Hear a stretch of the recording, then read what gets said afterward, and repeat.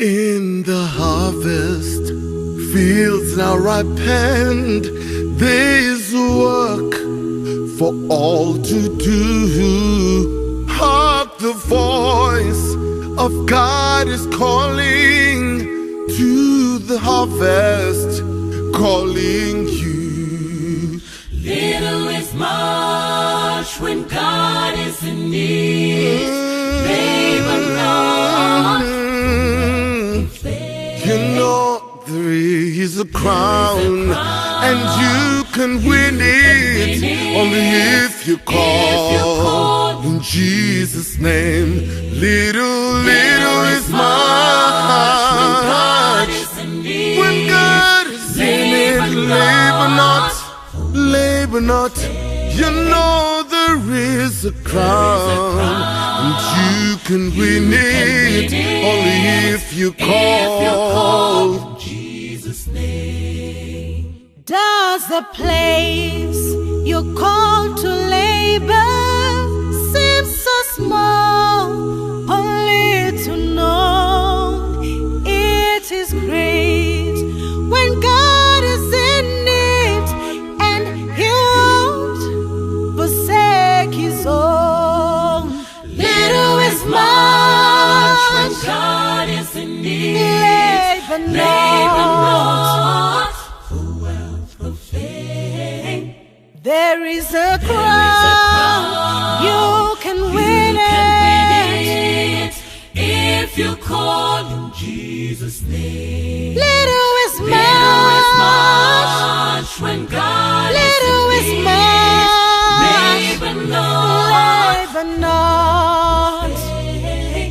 There is a crown, you can win it if you call in Jesus' name. when the conflict here is ended and the race on earth is run.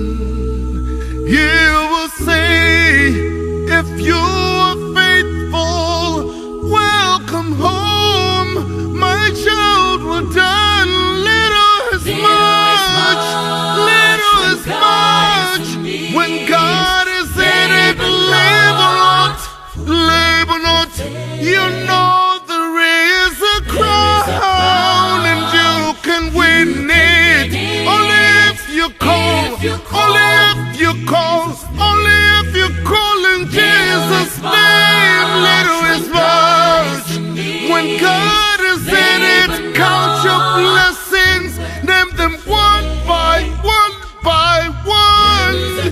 Yes, you can win it only if you call.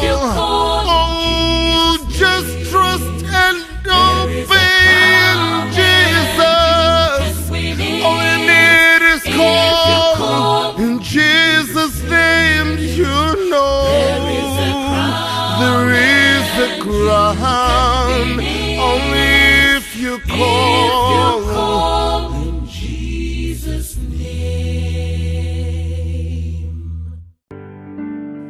착하니 외세 바카라시카 내 구하온자 왕포네시 소코라 제수 구타우리라 부야쿠네니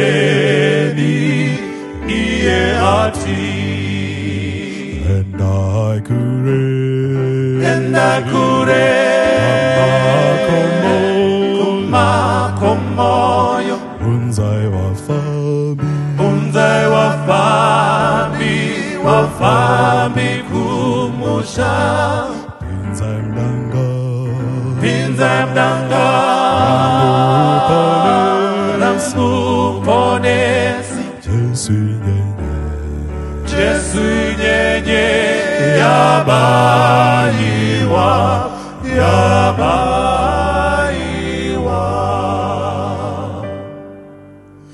착하니 외세 바카라시카 구하라티자 구나 제수 구중감이라 무이연지라 yeruponeso neupenyu Yenda kure kumakomoyo unzai wafambi kumusha pinza mdanga remuponesi Jesu nyenye yabaiwa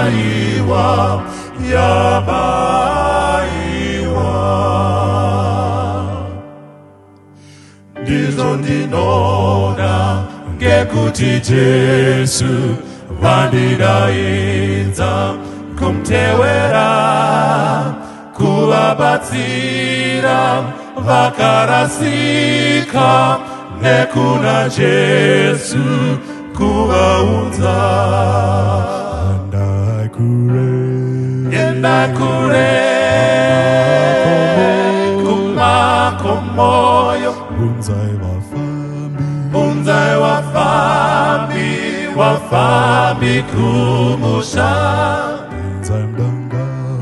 pinza mdanga resmuponesi Jesu nyenye yabaiwa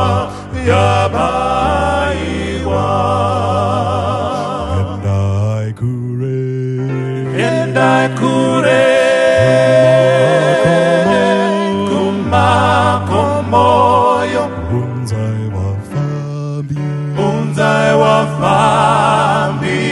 wafambi kumusha pinza mdanga remuponesi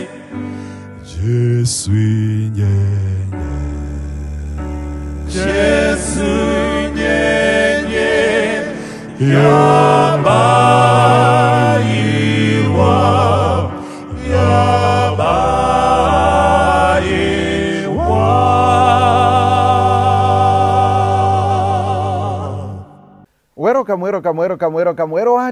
Welcome.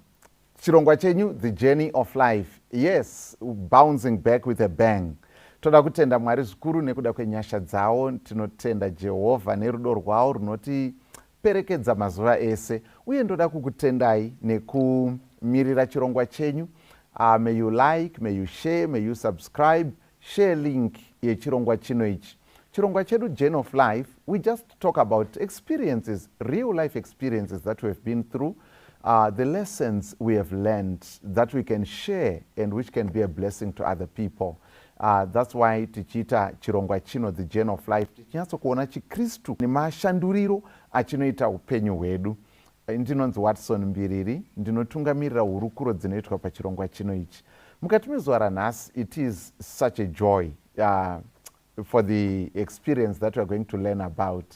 Nhasi tiri kutaura about the experience of conversion, experience yekutendeuka, ndo yatiri kutaura nezvayo mukati mezuva ranhasi.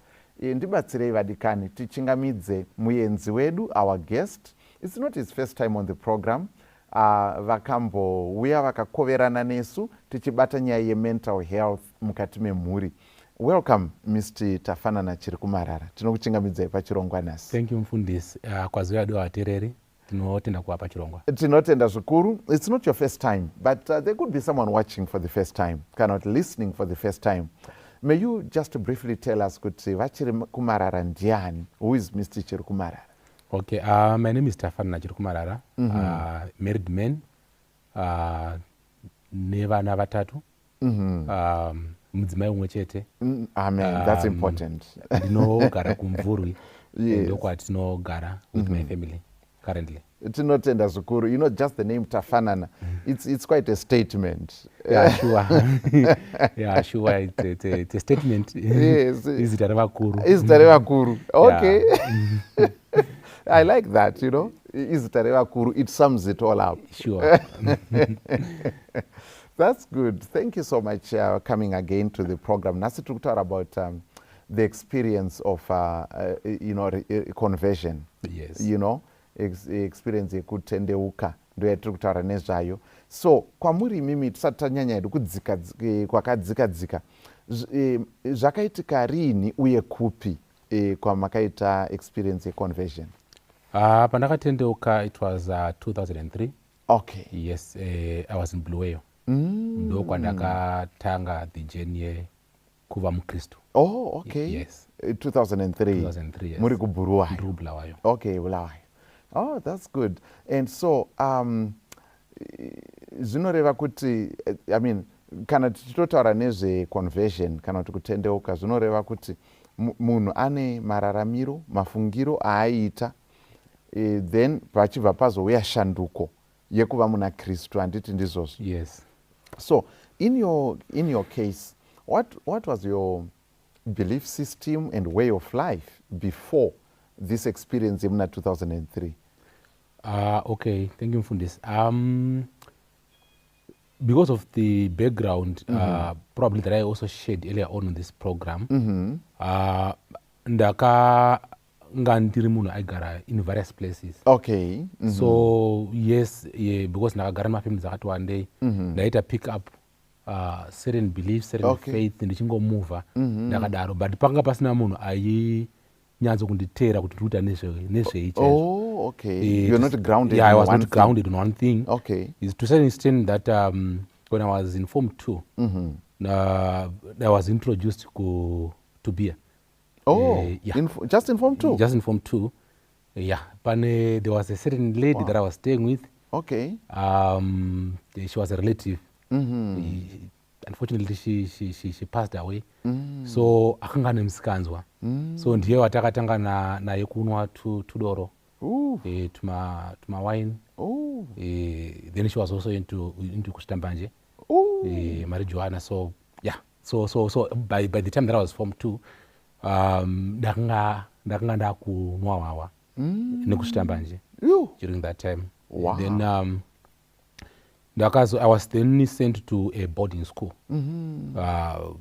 It was a mission boarding school. Ndokwandakanodzidza the 2 years. Okay. The Form 3 and Form 4. Unfortunately, again at that school, the kind of the guy that I wandakanotanga kutamba naye. Oh, okay. He was Pana wakasikokuchingamidza mauya wawa. Okay. Nefoji. Ari student. Okay. Yeah. He was my best friend. Saka that culture then continued to the serious stuff kuchikoro. All right. And yeah, it was a mission school, but pakanga pasina that. Saka izvi maizvigona sei mission school because kapana na boarding master and everything like that, and Yeah, it was. Our school was very unique. And I remember. Were you in boarding? I was in boarding. I was a boarder. Okay. Taitiza. Oh. Kuchikoro tobuda toenda. Chikoro chachiri kumaprazi. Oh, okay. Saka taitiza toenda kumaprazi kuchikoro todzoka takadhakwa. With these guys. A lot of things happened during that time. You what form now? Form 3 and Form 4 I was Form drinking. 3 and Form 4? Yeah, I was drinking. Doing your studies as well? I was doing my studies as well, yes. How were those two going to, It was bad. Okay.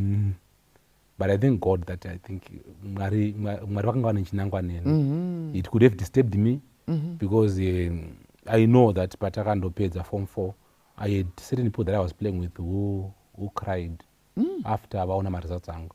Because I did well. Oh, you did well. Yeah, I did well, yeah. But so some of the people you were hanging out with? I was saying they didn't understand. They couldn't believe? They couldn't believe what really happened during that my results out, they were something else. Yeah, I know that some pandu nevangakatozopesera vadzokorora. Oh, okay. Yeah, but now I was second highest pachikoro panandokudzidza. But yes, but ndakanga ndakaita fall into the wrong hands. But Mwari vakanditsvavo nyasha. I think God did a purpose for me. Because I can't, andina pandinogona kuona zvandaita zvakanga zviri right that I was supposed to deserve than what I okay, had. what the kind of results that I had. So you then, did you continue like to A level in the same school? No, I changed the school. Okay. saka ndakabva but you were still drinking? now I was still drinking. Okay. Because ndanga ndaintroduced ku the guy that I was playing with anga introduced not only to mbanje also but to also my cigarettes. Anga ariko mazuva acho iyaya ndinotonda achiri kuere. Okay, so now there's imbanje, there was mbanje, pane doro, pane midzanga futi. chaiyo. Okay. Wow. Zvokungoti unenge wakungotsvaka kuti ungadhakwa, but I don't know what was really happening. But ndopa zvakanga zvasvika ipapo. So even environment yandanga ndakura ndiri yanga isina strict, so no one would then ask kuti uri kupi uchizvaitika. Saka did anyone maybe within the family get to know kuti yeah, zvakazikanwa the brother to my father, young brother to my father, vanakamenda kugara navo. Okay. He realized it. Unfortunately tainowa watichisa mabottle pasi pebed yatirara muspare. Okay. Then ndaenda kuchikoro bed yakatyoka. Oh, So in trying to repair, then they realized kuti ndo zvakanga zviripo. Okay. But he helped me. Pandakadzoka because he had a serious talk with me. Vakandionesa about life. Though ndisina kuchinja in terms of my habits. But you appreciate that. But ndaka appreciate and also ndo pandakatry kuzama kubalancesawo my studies. But andina kubuda outrightly from Okay, the so habits you were in that I A level now? No, I was, but I was still in O level. O level. Okay. Yes, I was All still right. in O level. So when you got to A level, you moved to another school? I moved to another school. Okay. And I was no longer a boarder. But by that time, ndaigara a cousin who was 2 years older than me, Okay. who didn't mind Oh. me drinking. So I think officially I was drinking because I could just go and drink sometimes with him. Wow. So it wasn't something. It wasn't something. I could do that. Oh, okay. Yeah. Though ndakanga ndiri kuenda kune another church, but it was not strict. You know, there's you finish your service, probably it's an hour service, and then you can also go and do whatever that you want to do. And then probably the following week, or Sunday, you go back and you just drink and you just go back and do whatever you do. Oh, okay, Yeah. okay. So church, Kumba, it looks like, apart from our Bamdika, but it, yeah, it your looks environment, like, the environment, hapana. Yeah. That Just guidance. because they, you know, when you are having a life where you live and no one then asks you to wangorukupi, wangojite, Wow. and you know that there's Wow. hapana Ngova mumbe mashanga. yeah, hapana mna nobvunza. So yeah, nothing really was no one really was taking stock of me. So what was your experience per time A level and so on? By time at A level, I really took time to read. Oh, okay. Yeah, and I concentrated on my studies. Though ndaita ma-episodes ekunwa apo nepapo. Oh, because but it you were now. taking your But studies I was seriously. taking my studies seriously. Uh-huh. Yes, and I also want to thank God that I did very well. Oh, okay. Extremely well. I was the highest student. In your school? Yeah, part time atakanga tiri kuchikoro. I came up with 15.7. Oh, It was- 15? yeah. And you're doing what, sciences? No, I was doing commercials. Commercials. Yes, I was doing Okay. commercials. So yes, though the habit was there, but Mwari futhi again vakanditra nyasha. Zvikaita zvakanaka. Zvikaita Zvikaita zvakanaka. zvakanaka, yeah. So from this school, did you go straight to college? I did. I then went straight to college. Oh, okay. Yeah, my education was continuous. Okay. Just like that. It was Yeah. continuous. Yeah, it was So this is when you then moved to Blawa. That's when I moved to Blawayo, but Okay. already then I picked up these habits that I went to Blawayo with. And now that I was independent, these habits then continue going into college. Going into college. Yes. And I can only imagine, you know, for me, I did my college ku Solusi. Okay. And then I did, after that, later on, ndakazoita 2 other programs with the University of Zimbabwe. Okay. So I remember the shock I had the first time I met someone smoking on campus. Then I realized, oh, by the way, this is not Solusi. Oh, you know, because okay. I could not Yeah, associate being on campus and smoking. So Yeah, it was quite a shock to me. Okay. What? Munhu ari kuputa foja? I And I said, oh, Oh, by the way. In state universities, I think it's very common. It's very yeah, so it's to very me it was common. really okay. Yeah, I'm in a different space here. Space, yes. Yeah, so to me it was that kind of shock. So and so that means kuti kana munhu waku like in a state university that you were in, you would not have a lack of friends vanenge vachinwa, I suppose. You would not have a lack of friends. I want to just go back a bit earlier to say that not only did I pick up my habits, marijuana, beer, and those things. You know, ndakaita other experimenting kusvika Z68. You know, just trying to experiment and Kuona kuti what there were a lot of things because when you kana uchinge wapinda in that pane vanhu vakawanda vanenge vachita those things, but who then tell you some very funny stories. But maybe if you try Z68, yeah, unonge wapinda muroad to destruction. Okay. Yeah, And that it, you know. And the road yacho haimire kusvikira haimire kusvika yeah, and sadly we seem to be having a lot of these experiences now in our country. It's unfortunate. Yeah, I want to say it's unfortunate that you know maybe during my days, maybe these things were not as poisonous as the things that are currently around now. And you know, I'm just wondering that if I could, if it was now, where would you be? Maybe it's not this kind of program. Oh, wow. Yeah, because it's destroying vana, the kind of drugs that they're zvavari kusuta, zvavari kunwa, zvinobva zvavadestroya. Not only that, pandinomboenda and see the other guys that I grew up with, because ndine ma-relatives, some brothers of mine, vandenonawawa vandototi vividly I remember sometimes chienda kudori rekumaruzevha kokiyana navo. When I sometimes go back to our space and look at them and I realize kuti they've deteriorated, you know. Okay. Yeah. Not everyone has been fortunate to come out of that and tell the story. Not everyone. Okay. It's bad. When you look at them, their lives tell a story, and the story is a very sad story. It's a sad story. It's a sad story. And you know, sometimes I try to encourage them, but it's bad. Okay. So the Lord has been gracious to you. Tell me, what happened? How did the change come about? When I went to Bluffhill,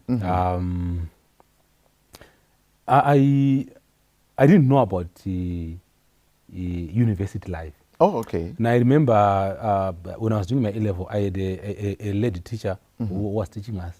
So she told me that isusu kana tikapedza manje tokona kuenda kuuniversity mari chatina.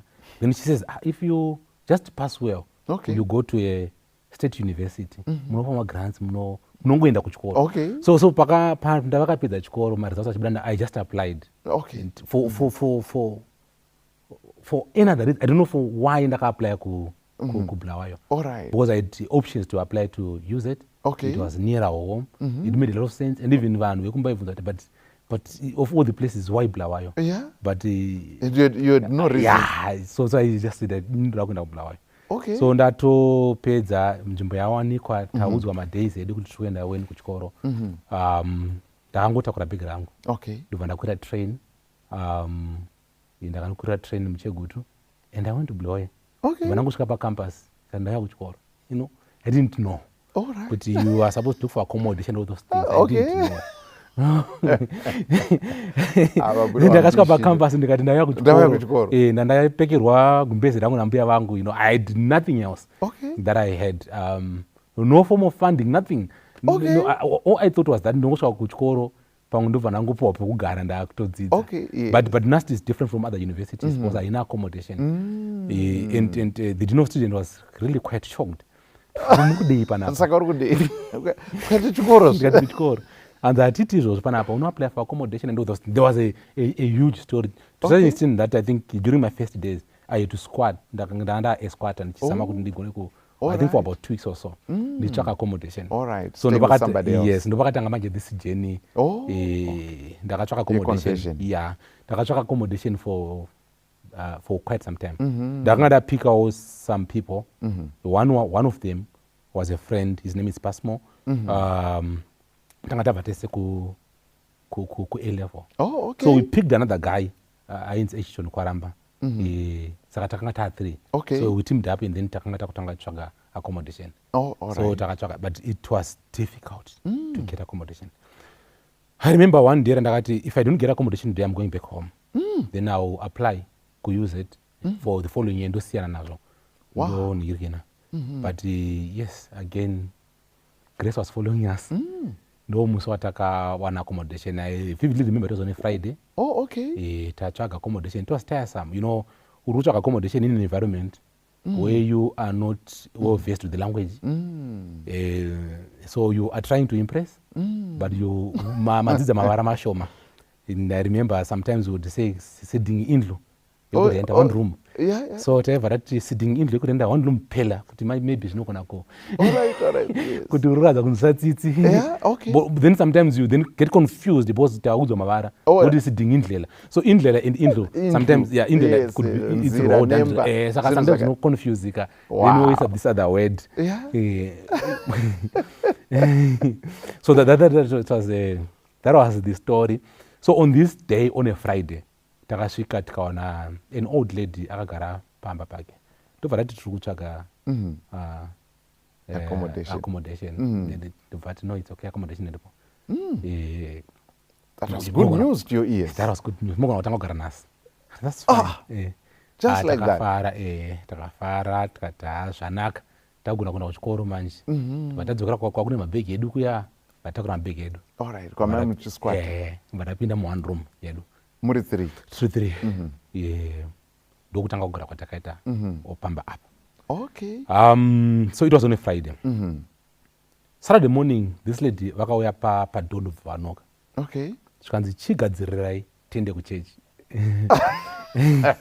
Mama mbutaura nyaya yekuchechi. No, panga pasina kubvira pataura nyaya yekuchechi. I didn't even know kuti ndo zvazvichaita, and I was shocked. But kuchechi. Kuchechi kupi? And kuchechi kuendwa on Saturday. And which kind of church is that? I didn't know. So I made that outrightly. I made up my mind to say no. I think I will stay here for a month.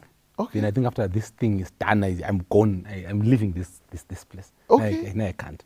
Wow. So there was no option. It's Friday, now it's Saturday, and we're now going to church. The 3 of you. The 3 of us. Okay. Yeah, there was no negotiation, and she didn't consult. She didn't consult. Not did she force us, but she just told us that we were supposed to go to church. Okay. We were supposed to, prepare, and we were going to church. Oh, okay. And that was that. It was just information. It was just information. So ndopona katanga kuenda kuchechi.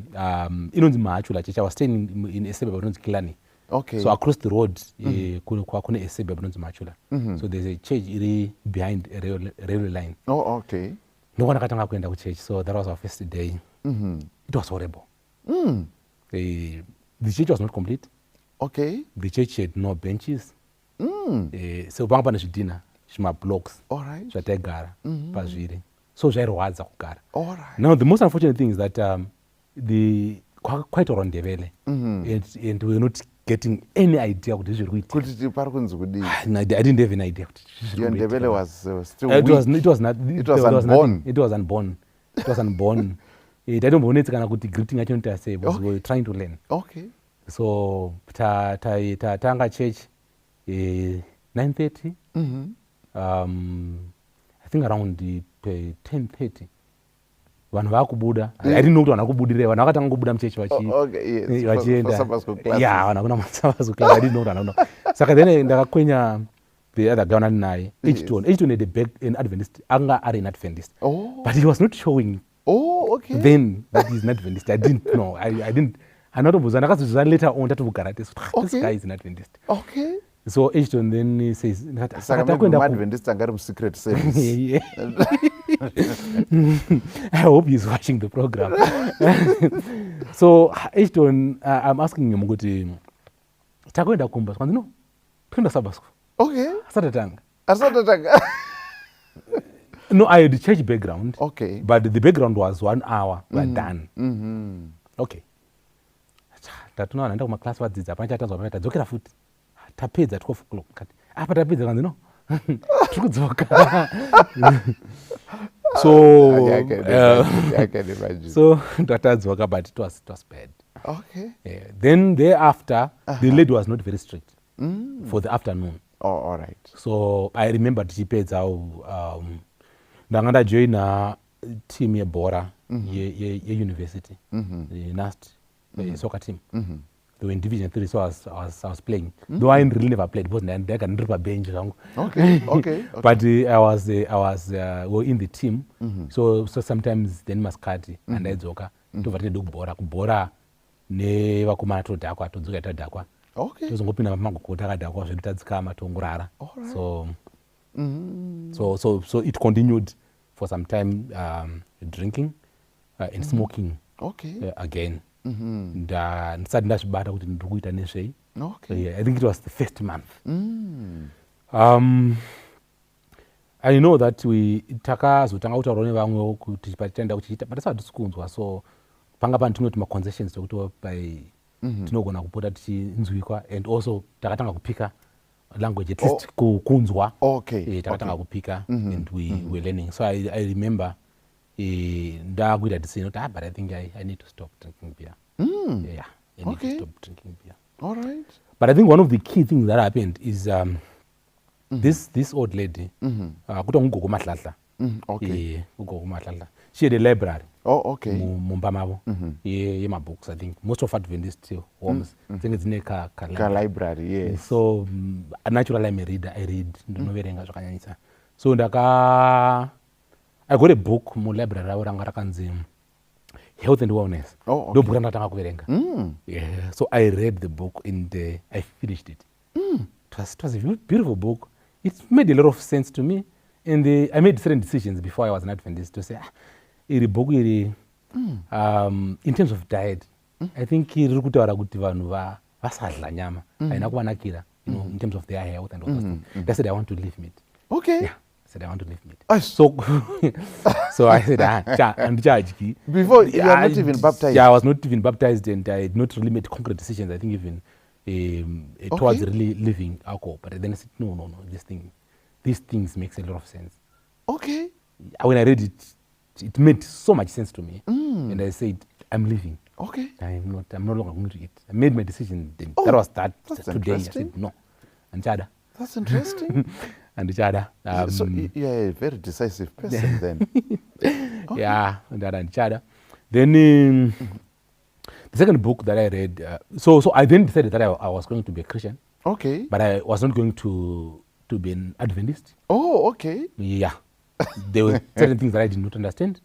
So I said, no, I'm not going to be an Adventist, but I'm going to be a Christian. So during that time, akatanga kuenda ku church. Ndanga ndasiyawo. I remember the day ndakasiyawo. Ndakatanga kusiya fodya. Ndakatenga ndikati kune kwakumana temana ndakatenga cigarette. This is my last cigarette. I want to smoke again. Then I smoked and then ndakada nchada. And was that your last? That was my last. Oh. Then ndobva ndanwa ndadhakwa that day. Sterek. Ndakatanga kurutsa. I told the guys again that this is my last day. I'm not going to drink again ever. Ndobva ndasiya. So that was that. So did you not suffer like withdrawal symptoms? No, I didn't. Oh, okay. No, I didn't. I don't know why, but I didn't. Oh. Yeah, I all didn't. Right. So I then ndobva ndatosiya. So just like that. Just like that. That ndada kuda ku church, but probably I won't then go to Adventist. But ndoenda ku church. Okay. So I begin to went to another church on Sunday. Oh, okay. And on Saturday, I would go to Adventist, and on Sunday I would go to another church. So it just continued like that, and up to the time that I then read another book. It was Great Controversy. Oh, okay. Ndakaripika mu library. Ndakariverenga. It was very beautiful. You know, I remember one day ndaifamba kubva kuno mutown Bluffhill City Center ndichiya kumahachula. I think it should be about 12 k's or so. And asina mari transport. So ndaifamba ndichiverenga book ndichimbogara pasi. It was so captivating, seriously captivating. That pandakanosvika, I had made a decision that I think there's no way out. There's no way out. I think this makes a lot of sense. Is it? It's you know, I'm convinced, you know, intellectually. You know, God says, come, let us reason together. I think in terms of my mindset, my intellectual, make sense. And I cannot continue to run away from this. And I think ndofanira kuva an Adventist. I'm supposed to just keep the Sabbath because it's, you know, it's clear from And you were this. just by yourself. Yes, I was just by myself. When I said it's clear from this book called Great Controversy, that, you know, there's no other way. Seriously, there's no other way I'm supposed to just be an Adventist. So I made a decision to that effect. Nangathi never ndakambona an encounter to Adventism ever. I had a flashback, you know, when I was during my high school days. There was a girl akangari an Adventist. Okay. I wear ku shop Muscat shop kwedu. She was a friend of mine, but she never told me about, you know, though one encounter that I had only. So I do we are not 12 1 2 dzokera kuchechi kwavo. So andanga sina kana idea kuti zvinobhuya zviitika. Oh, okay. And what it is. So that was my first encounter. And I, after reading the book Great Controversy, I finished and said, okay, I've made up my mind. Oh, is okay. So ndova ndakatanga kuita kupinda kuchechi. I quickly within it was this is in a very short space of time. Ndobva ndato so pakazinge pava neclass yeSabbath school pachechi pandaipinda yeshona yevanhu vaidzidza shona. All right. Saka ndakanga ndati ngwari Okay. ndakudzidzisa shona class. Oh, But I was not yet baptized. you were already teaching Yeah, I was already. Sabbath school. Yes, ndakuticha class because I think pana madesi zvakangoitikawo zvokuti Okay. pakanga pasina munhu. I picked up the class and then I think the elders, no one really realized kuti pane zvakutoitika. Okay. So I continued the class. Oh. Yeah. Then later later on after some time, then the head elder, I remember his name is Elder Mtlanga, then he was the head elder. People was watching but we have to baptism class but I was well ahead of baptism class then. I was Because you were reading. then a I lot. was reading. Yeah, I was well ahead of baptism class. But now I'm going to just Okay. yeah, To fulfill fulfill, righteousness. but ndanda kutongodza kuti dairy baptism. Boy, I think ndo zvanga zvakutongononoka kuti at least maybe Okay. dairy baptism riri kurini. Riri kurini. Ndingobhabhatizwa, but I think in terms of making my mind and everything else, I was set. I was set. And then the long awaited for baptism eventually came. Eventually came, yes, yes, eventually came, and there I was in the Adventist church, member of Adventist church. That's how it happened. But there is a detail that I also want to share that within a year, just after a year, I was elected one of the elders. That was the first post that I'm not very sure if it was the right thing to do for the church. Okay. But you became an elder. I became an elder of the Wow. church. I was 22. Then I was the first youth elder. I remember one day it also came with these challenges because I was fairly new. Yes. But I remember one day tichita Lord Supper ku church. This mother of mine, Gogo Matlala, Okay. Vamurugara kumba kwavo. vandogara kumba kwavo vakasimuka vachita testimony. Aha. Vachitanda kutenda Mwari mwana wangu aelder. I had made a prayer kuti pane vanhu vachazotsvaka accommodation. Pane sport endandamaka kuti vakauya vakachonjoma pa that sport ndovanotira kusamumba. So that had happened. Oh. And so we were part of her prayer. Really? You know, I was shocked. It was after some time that, you know, that she shared She that. shared that. And I said to myself, you know, So she had marked the spot in a yard. in a yard, Kuti vanhu vakauya vakagara apa. That's Apa. how she narrated it. Those And you went people straight there. who went straight to that spot. And she said in her heart. Yeah. Okay, maybe that's why she didn't go through a lot of protocols to change. I'm going to write, she got the right end. Yeah, vangoti varaichigadzira atende. So That's amazing. So you know, I know that within our church, or within the Christian environment, vanhu vanoita means and methods dzekuti vaunze vangu kuna Kristu. But for me, that was something else. You know, I've seen vanhu vanogara kudzimba dzema SDA or the other church, whatever, vachiti haina handipindi chechi vanhu ava because of the kind of environment probably that is created between probably muroja, tenant, or it's a working environment. But the kind of environment that she set for us, yakaita kuti tishaya mukara wekupukunyuka, and eventually takapedzisira tava vanhu vakanga vachikonda kuchechi. But takasvika tiri tiri zvidhenga. Personally, Personally, ndanga ndati pa point of being wasted because of the kinds of decisions that I was taking. And the ways of college, the direction that you're direction going with that your my life life. was taking. And the ways of college life is a bit different than any other life. because Liberal it's and very liberal. Ine independent zvinhu and- zvakawanda zvanenge inazvo, Yeah. particularly when looking at the state colleges. But for me, ndakasangana najesu in a very setup inogona kuti even kana ndakagara pasi ndichiti ini ndakaenda kunotsvaga imba, but eventually ndakasangana najesu. Jesus was looking for you Jesus was while you were looking for the house. Yes. Wow. So, what then? Of course, you have mentioned already some of the changes that took place or that came Yes. about with that decision. Yekuti you makatanga kudropa fodya, you became a vegetarian, and then mukazosiya doro. These are changes Yeah, that are taking there place. are changes. Pane mamwe machanges here akaitika, imwe shanduko yakaitika muupenyu hwenyu? Okay. I wanted to say before maybe I go there that Yes. I remember going back home Mhm. for the very first time. Okay. And then some of my brothers vandaingona doro vachiri kunwana nhasi vachiti kana college kunenge kusina mari munhu hatimbomupai time. Kushaya mari. Yeah, vanga vasiri kubelieva kuti Okay. I had made a decision already. Okay. It took them time kuti vabelieve, but I think ndanga ndaita a change already. But then I also said that I think generally how you begin to do your things zvakachinja zvakanyanyisa how you relate nevanhu. Quite a lot of changes then happened in my life because ndanga ndakutsvaga kuti zvandinoda kuita izvizvi Kristu unozvida here, ndingarambe here ndiri mwana waMwari. Hauchararama upenyu hwako iwe, Handichararama upenyu but hwangu, wakuraramira Kristu. ndakurarama Kristu. But yeah, it was quite a journey. But another advantage also that I got quickly is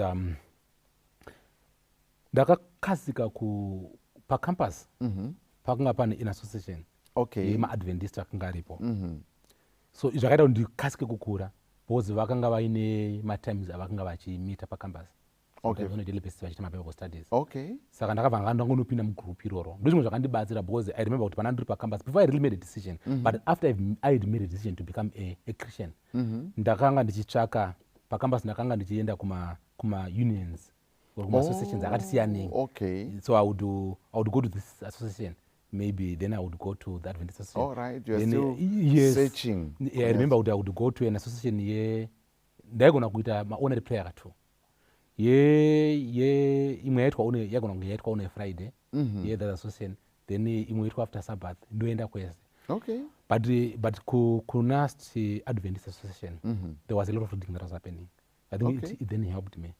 Okay, they were reading. They were reading. Okay. Very serious. Yeah, waiti ukaenda ukaswera uchiteerera unobva kokuita unotsvakawo kuti uimprove, because the guys were reading, the guys would share things that you don't know. Zvausingazive. Kana iri study on prophecy unotobva uchitoita kuti vangachiita kuti kudiko vanhu veve. Let me go and read. So ndakabva ndakasika kuti habit yekutenga mabooks also anguwo personal books. Okay. So that Now you're investing in I was literature. investing in literature. Okay. Because during that time taipuwa mapayouts. So kana mari ikauya fees ikange yabhadharwa nepayouts Yes, unosaraoneka. vamwe ndoyo vaenda kunoraradza naye. Takambonge tamboinwisa mazwa Okay. edu ekusaziva. But this time it was money that would also then put into buying literature. So ndakanga ndakutenga mabooks. And reading, so that and making contributions Yes. along with everybody else. Yes. But handigoni kusiya Nast Adventist Society in my Christian growth, because ndokwandakawana a lot of encouragement yekuverenga because of the various programs that the association were having during that time. Vaindibatsira, there were all elder brothers vanga kumapati who were finishing part 4s and part 5s. I remember the brother Kumbulani Mpofu, Okay. Elton Zunguyevu. They were quite a group of vaiuya tichidzidza up to the time that tanga Oma- takupiwawo mukana wekuti Okay, okutodzidzisawo okumira pachita. Okay. Wow. And- so that alone Yeah, was Saka, good. in other words, for a Christian, to grow, because there are quite a number of things here that are coming into play. Yes. Just as much as there's like the association, which is creating an enabling environment. Yes. But you were also involved early on in terms of in the church. Yes. You were not just a spectator. You were actually involved. I was involved.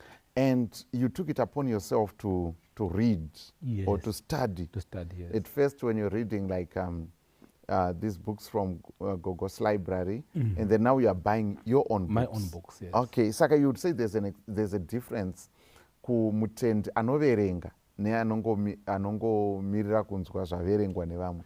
This also, when you read your growth path is a bit faster. Because urukuwana information. I think we read in the book of Acts. Yakuti vari kana chinga paridzirwa naPaul. They would then go ahead and try to find out ndizvo here. The Bereans. The Bereans.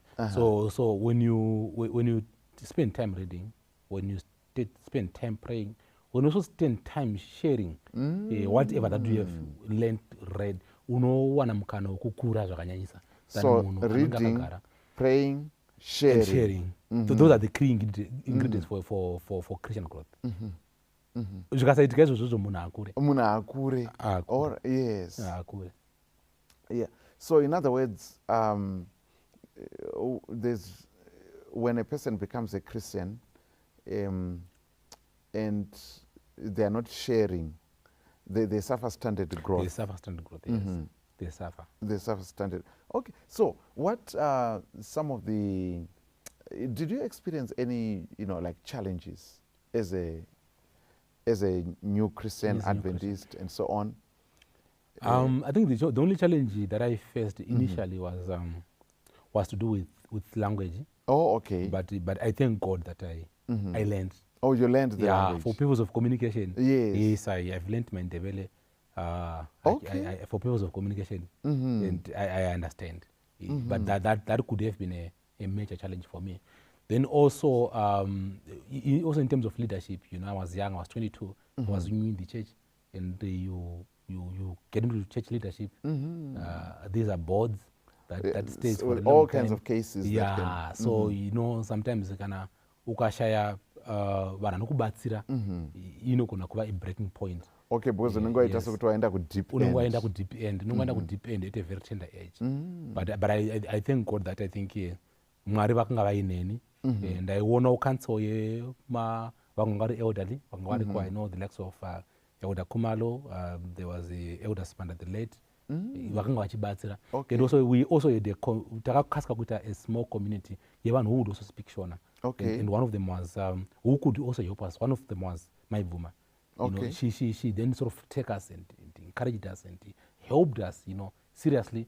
Zvazokuti kucollege kunoita maproblems, kunoita nzara, kunoita zvakati.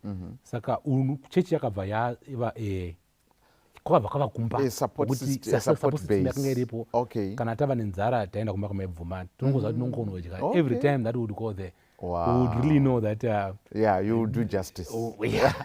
she made sure that she would cook for us. Okay, so those are people who played a very important role in they supporting. played a very important role in supporting us. Saka church was there. Kumba kwandegara there was Gogo. Gogo would help us. Then church also. So I then had mother figures also in my life. But was also growing up. I think I was picking mothers as I was growing up. So ndakawano vamwe foot again within the church that also then really helped me up to today. That they are still an integral part of my life. So, what have you done or are you doing as a Christian in your own right to bring others to Christ? One thing that church, one thing that I picked up earlier on, I think, ku association yedu yokunaste was evangelism. Okay. I want to say that I think ndakabva ndabata zvinhu zviviri. My first appointment as an elder, young as I was, ndakaitwa youth elder. So ndakaita a passion in youth ministries, and that has been what I've been doing up to now. Oh, okay. I spend time with young people, zvakanyanyisa. then evangelism. In 2004, Yes.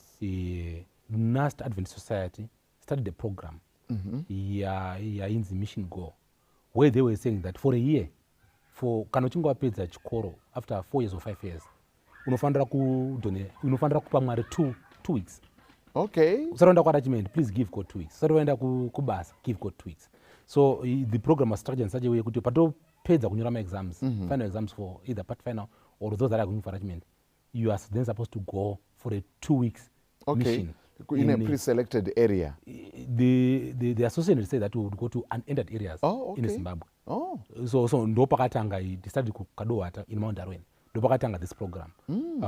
I was already at NAST, but unfortunately for that. From NAST to Darwin? Yes, Mount Darwin? Yes. Wow. So for the Kadowata, I missed that one. But I think those things that followed, ndakatanga kuenda. So ever since I've been going, we've gone in various places. Okay. Gokwe. I think there's no conference then when they were two. Kwatina kuenda. Vana Gokwe, vana Nyanga, Mutoko, Jurumanzu, Bubi, Wange.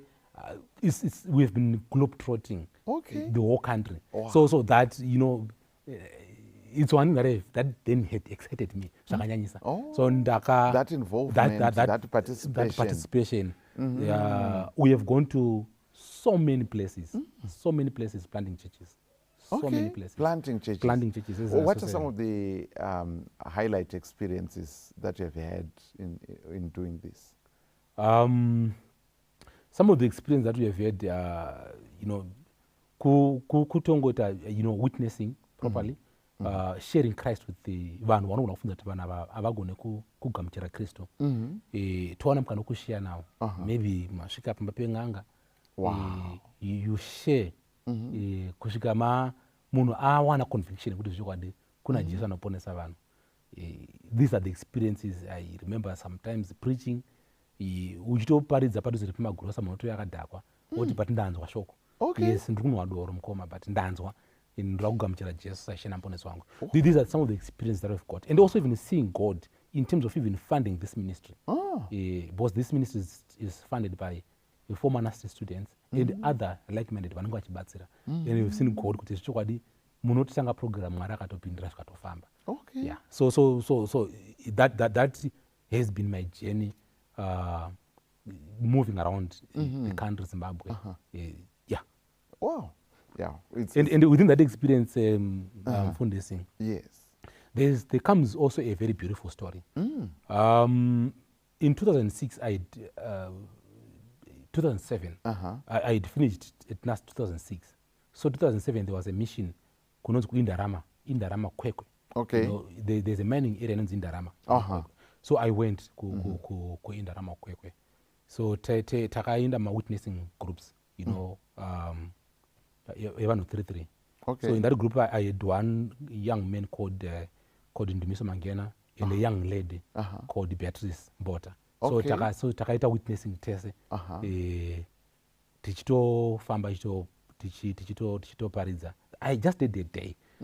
So ndakafarira this young lady, this young lady. Makokera aita vanhu kuna Kristu. I had no intention, but I just said I want to be your friend. Okay. Probably she's still kuchikora pangwa ngombatsira wameno pangwa. Okay. Who knows? All right. Who knows? Yeah. Who knows? I think as we speak years down the line, Beatrice Mbota, now Beatrice Chikumara is now my wife. Ndakawana mudzimai mubasa ramwari. In short. Wow. And also I want to say, I think that was one of the best decisions that I made. Takanga tatodzidziswa tapinda muchechi kuti kana uchida kuti ugare muchikristu, you should marry somebody and the same faith. Kutenda kwakafanana. Yes. And this lady has become also an integral part of my life. Ndikasunga beg ndiri ndakuenda recently, this last week I had gone to bed preach. Ndakuenda vanopeka vachifara vachiti baba vari kuenda kubasa ramwari handina problem handina machallenges. We think alike, we go together and you share that passion. We share that passion together. She was part of this ministry and part of this ministry, so there are a lot of things that we share in common. So ndoda kutenda Mwari, and maybe also to speak to young people that kana uchida kuti upenyu hwako usakuremera wachuza kutera Kristu. I think that decision again is a very, very important decision. Okay, Where you yes. marry or get married to someone who has the same faith with you. Oh, yeah. Because kufamba kwenyu, kufambidzana kwenyu, matambudziko enyu anova mashoma. And you know kuti anova mashoma. And munogona kushare the passion yekuita basa raMwari muri mose. Yes, and ipapo because ndo panoita dambudziko rekuti vamwe vechidiki vanenge vachiti we love each other. That's the most important thing. Of course tine kutenda kwakasiyana and so on, but I always say kuti don't underestimate the power of those values and that faith and so on. Chaicho chamboita kuti mutadze kuwirirana musati maroorana ichocho, don't underestimate.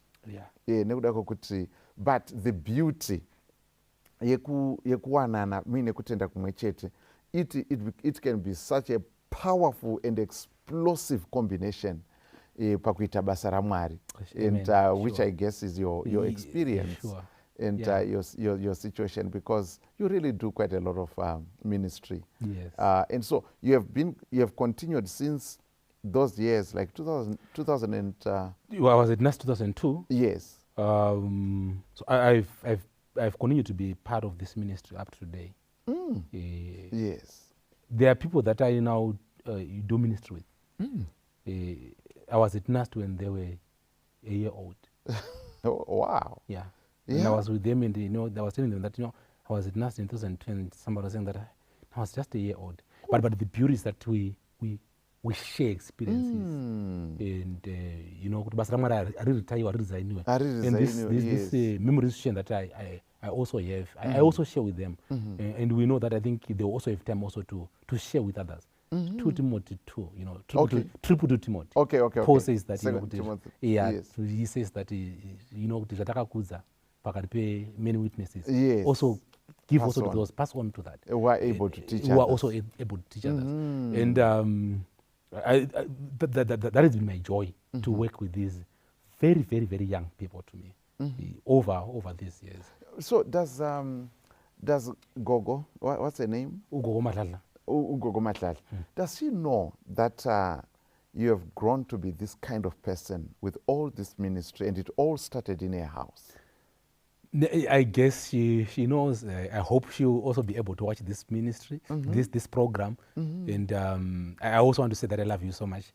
Yes. But I think she knows. And you can express your gratitude in Ndebele. Ngiyabonga Gogo. uNkulunkulu akubusise ukhule uze ukhokobe. I know that you've grown very, very old, and I want you to also grow again very, very old. The Lord has a crown for you. uNkulunkulu uzakunika umqele.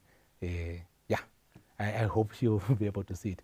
But I also yes. I so nxa kule muntu anoziva kuna Gogo, please make sure she gets this expression of gratitude. She did an amazing work, Her approach to evangelism was unique through providing accommodation, but with a mission. With a mission, with yes. a purpose. Yes. And with all these results we're talking about today. Yes. Yes. I wanted to say that I think zvimwe zvacho zvakatoitika very, very in a very short space of time. Murani Mategara. Yes. 2 houses. Pakaya vakomana who were my junior. Okay. Ku high school A level. Ndovatanga kugara, it was Tawi and Lloyd Mfema. Okay. Tauri German Lloyd Mfema. So vaigara pane kirikini. Ndakasanda bada pfungwa ye evangelism. Oh, okay. But then I think one day we just said, but fana vanongosora vakagara paSaturday. Kadingo ndinovatora chimwe ndatende kuchecha kumara. Okay. So vatanga kuvatora kuti tichienda kuchechi. Yes. As we currently speak, they are elders in the church. Oh, both of them? Both of them, yes. Wow. So when I look at it and I said, but who's the stars? But it's Gogo Matlala, these are ripple effects. Yes, of what she has did. done. No, what she has done. What she has done. And the taka, a club with these youngsters. They are my young brothers. They also calling them Shamba coming in. They were my young brothers that we had in what a story. What an experience. But it was very quick. I was talking to Lloyd. He's outside the country now. And he says, he the story is not complete without you. But I was saying to myself, no, the story is not complete without Ugogo Matlahla. Because she was that. And I also want to say that I think in terms of evangelism, one thing that I've learned over and over again is that I think it needs a lot of effort Oh, okay. in evangelism. All It's right. supposed to be lifestyle. Oh, okay. You just invite someone without the intention of making that person, because ukaita effort yekuti munhu anokasika kuti ndauda kuitwa ndauda kuti musavale nemunhu uyu munhu anopedzisira aita drawback. But with that experience it was not by force. It was just a lifestyle kuti tinogona kuinvita vamwe tovatoyo vangaswera vakagara. Okay. Like you are showing concern for that person. Oh, okay. Not that concern that person becomes what you want. Yes. All right. So Okay, so that maybe that's part of the trick. Yeah. And so on. yeah, and I've also encouraged young people as we do training for witnessing that, as you go my house or door to door, try to be as friendly as possible to these people, so that vanoona kuti avagona kuona ngekuda kuvaita zvauri kuda kuti vaite, Okay. but vanoona kuti genuinely you love these people. You love them Yeah, and for so on. who they are. Yes. Yes, so that they can also then see the advantages of making a And decision I think that you that want is to. Christ's method. Christ's method alone, yes. Yeah, that is Christ's Mingling, method. yes, one who desires Mingling, their good, yeah, and who yes. desires their good. Yes. And then after he has won their confidence, Yes, then then he he says, invites them, how follow about me. you guys following me? Yes. Yes. And so, but I think if evangelism is done like as a program and so on, it's dead. not as effective. It's dead. What we need is evangelism. Evangelism. You see? So mhm. yeah, so that sorry, I just want to say that so that when then Lloyd eventually comes to church, eventually he is a bigger brother. I'm there. We are friends. Yes. That person is likely to stay within the church than a person that you can get problem after a 2 weeks campaign. He may find no one to relate to. There is no one to relate to, Yes. and nobody notices Yes. them. Yes. Even when they Yes. don't come to church, nobody, Yes. Nobody relates to them. hapana anozoona Yes. kuti munhu haana kuuya Yes. kuchurch. Then And also, so, yes. Also, Mfundisi, I wanted to say that, maybe quickly to say that, I think, I'm just want to relate to Koko Matlahla. That, Okay. I'm looking at her crowns, that, fast forward, vana ve my siblings, uncle, 4, my brothers, my sisters, all of them, now, they are Adventist Oh, because of my influence.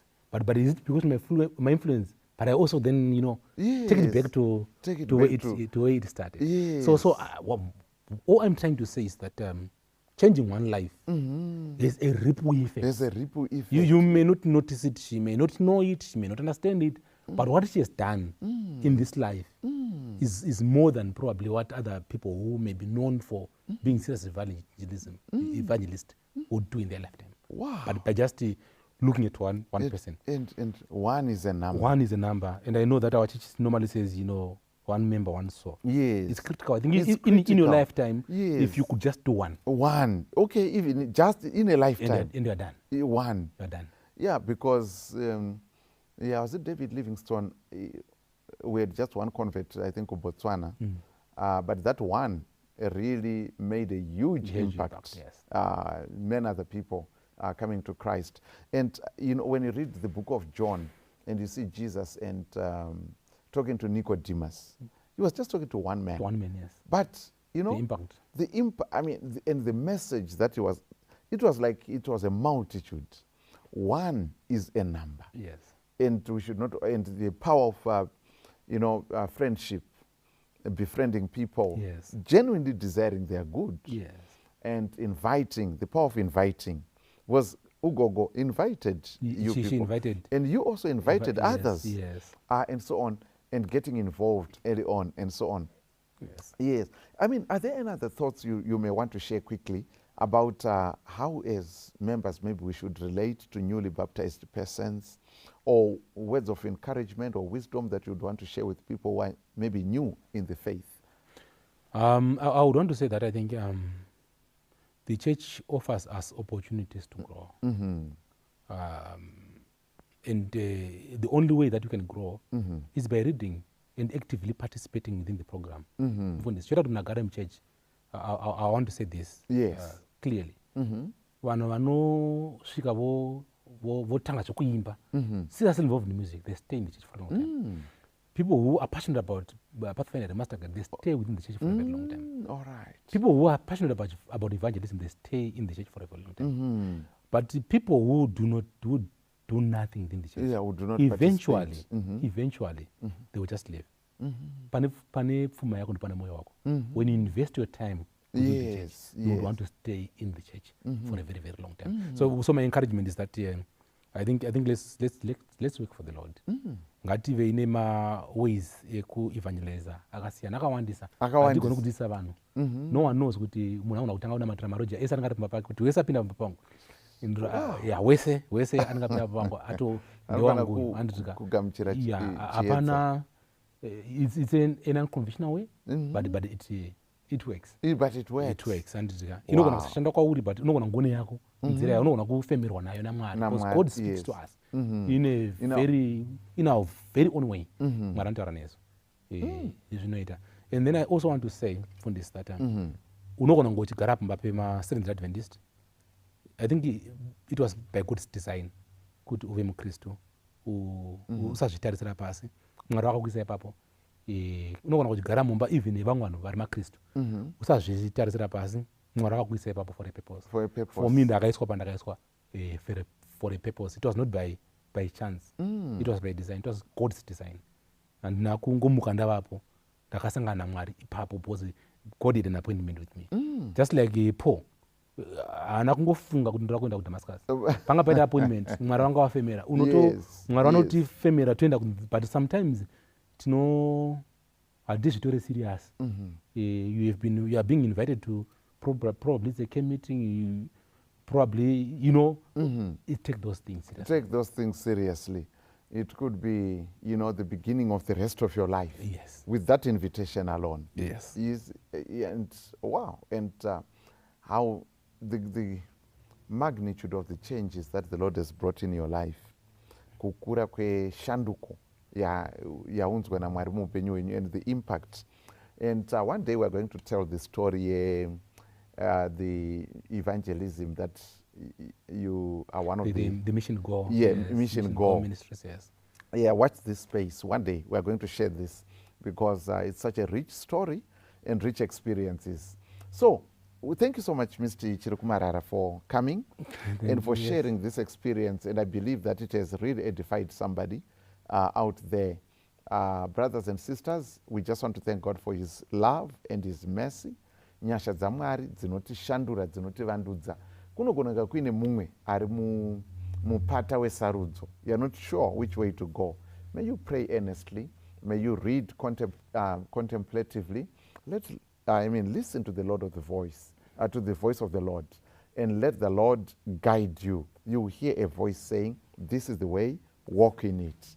Amen. Don't feel shy or intimidated. Take that step, and that could be the beginning of the rest of your life. Amen. To those who are new in the faith, Mwari vatibatsire kuti tivepo kutsigirana navo kuti vakure mukutenda kusvikira vasimba dzava nhengo dzinokokera vamwe kuna Kristu.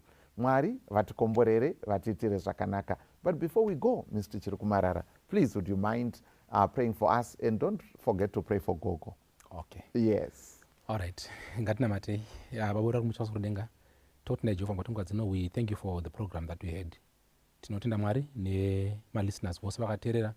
We even want to thank you for those that you have put into strategic positions kuti vagonzwa shoko renyu, vagosangana nemi Jehovah wangu, vaitire zvakanaka that they may be able to make a decision for you, Jehovah. Amen. Toda kunamata tichisa ugogo mahlahla mukati maoko eJehovah wangu.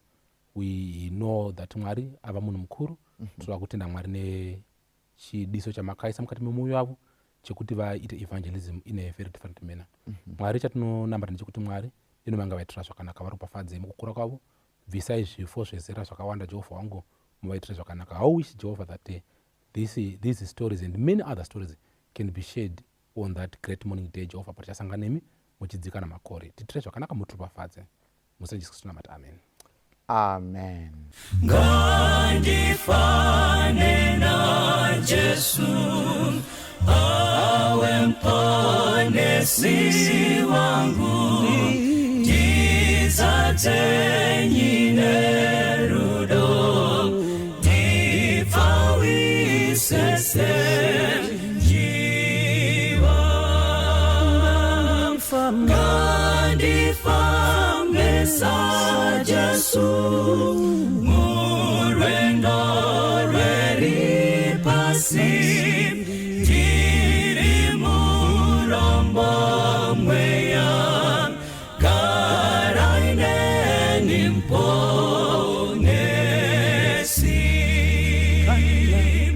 kana achinzwa shiri zimwe dzichiputsika adziitire mutsa ngedi anondizwawo anonditungamira nekundiregerera ngandiitwe mutsvene karaine nimponesi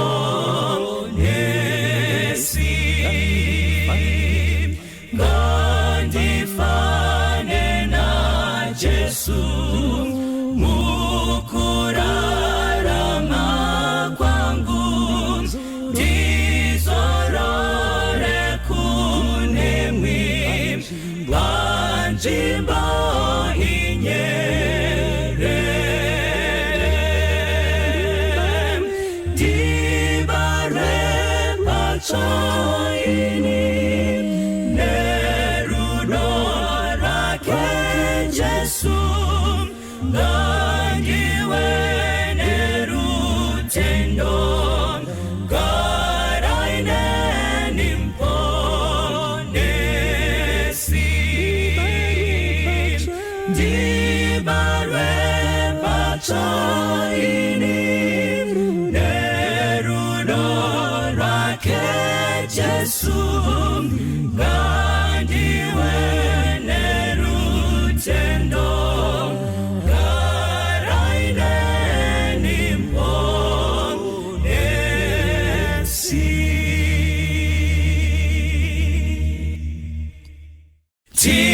tinofara kubatira tenzi tinobvuma kumubatira basa iro tenzi anotipa tinoita nekutendeka tomubatira toenda mberi tine rufaro tomubatira pano mumunda wake tinofara kuparadza soko rerudo kune vanhu pasi Jesu ari kupenya kwa Baba anotipa zvikomborero tomubatira toenda mberi tine rufaro tomubatira pano mumunda wake nekupfawa totera tenzi tinofamba nekuperera topangidza vamwe kuna tenzi nevanyangadzi kugwayana tomubatira toenda mberi tine rufaro tomubatira pano mumunda wake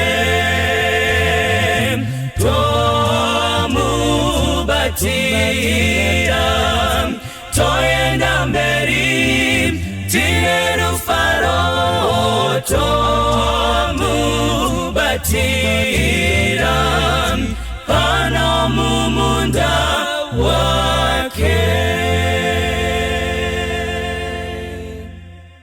Kwaziwai wadiwa watereri nevatariri vedu, tinoda kukuchingamidzai kuchirongwa chedu Virtuous Women, apo patinokurukura pamusoro penyaya dzemadzimai. Tinoda kuti tibatsirane nemadzimai vazive chinangwa icho chavakasikirwa naMwari, uye kuti vachizadzise pamararamiro avo mudzimba, mucommunity nemumabasa avanoshanda. Mukati mezuva ranhasi tiri kuda kuti tikurukure nyaya yeempowered woman and love relationships. Ini ndinonzi Dr. Alaisa Mbiriri, ndiri mai mufundisi, ndinofarira nyaya idzodzi dzemadzimai. Pavadare vedu tinoda kuvachingamidza vauya kuti tikurukure nyaya iyori. Tinoda kutanga nevari kwekutanga, taurai zita renyu nekukazisa vatereri vedu.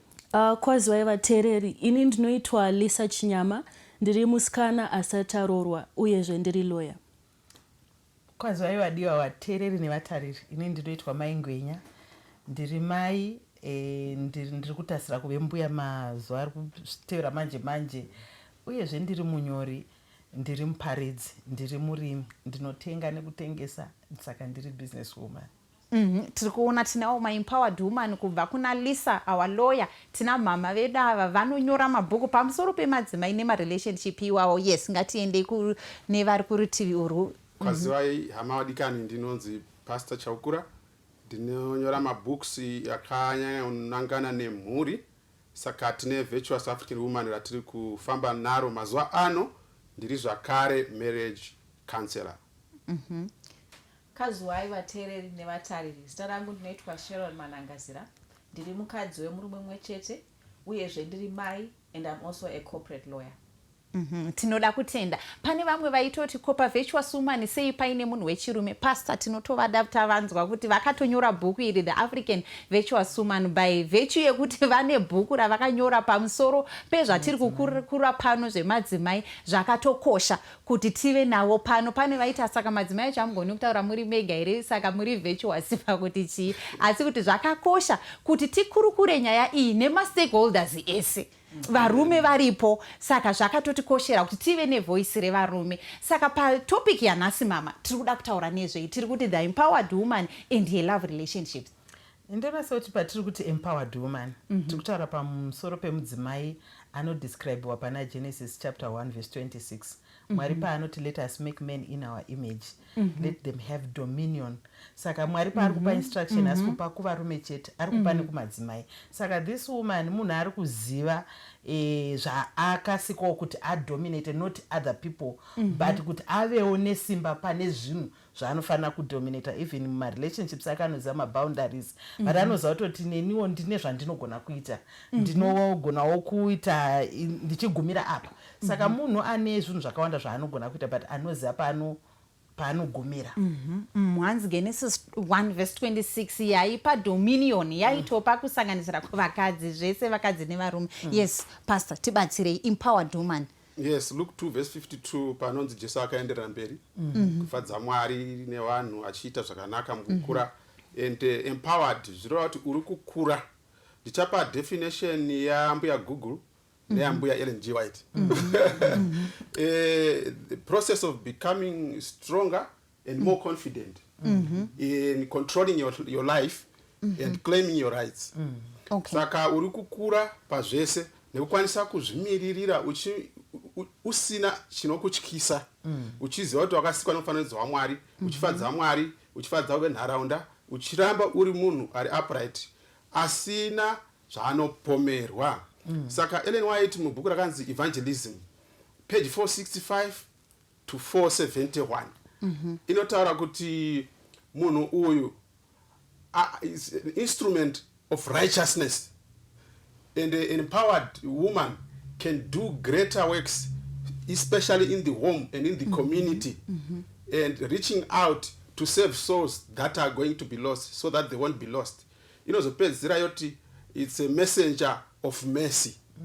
Yeah, an empowered woman is a messenger of mercy. Ndo zvatiri kutarisa. Kana mukakwanisa kupinda mumomo, munotoona kuti simba racho riri kubva kuna Mwari robatsira nharaunda.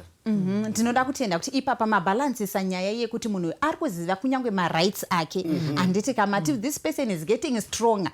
Tichitarisa maybe kumashure uku madzimai maybe akanga vaine kamwe kakusaziva kuti ini ndine simba uye rinogumira papi. Ende mazozvibatanidza nekuti munhu uyu is a messenger of mercy. Mukuziva marights ako uyu a messenger of mercy. Saka izvi hazvizive kuti zvinhu zvakapatsana. Zvinofanira kuti tichiziva zvakare kuti simba racho riri kubva kuna Mwari.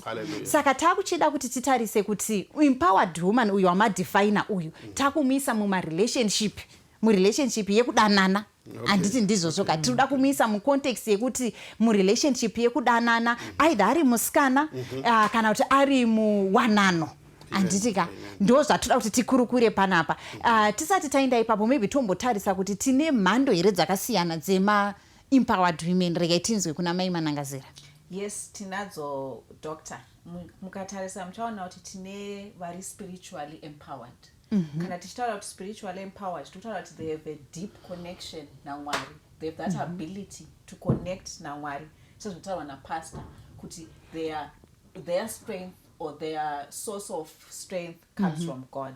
Totarisa zvakare pasocial, women who are socially empowered, they are able to discover their individual dreams and their ambitions. They are sure of where they want to go and how to get there.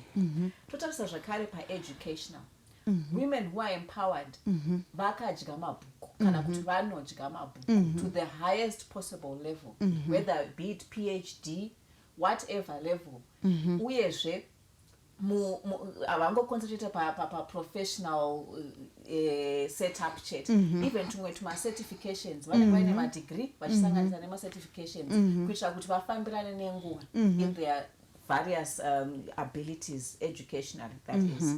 Then economic ndo yatinojaira kana ndo yatinokwanisa kukasika kuona pakuti an empowered woman haanetseke kutenga imba, haanetseke kutenga mota, haanetseke kana kuzviendesa kuholiday, haamirire mumwe munhu kuti zviitike izvozvo. She makes it happen for herself. An empowered woman anoita zvakawanda kuitira kuti mari yake ikwanise kukura.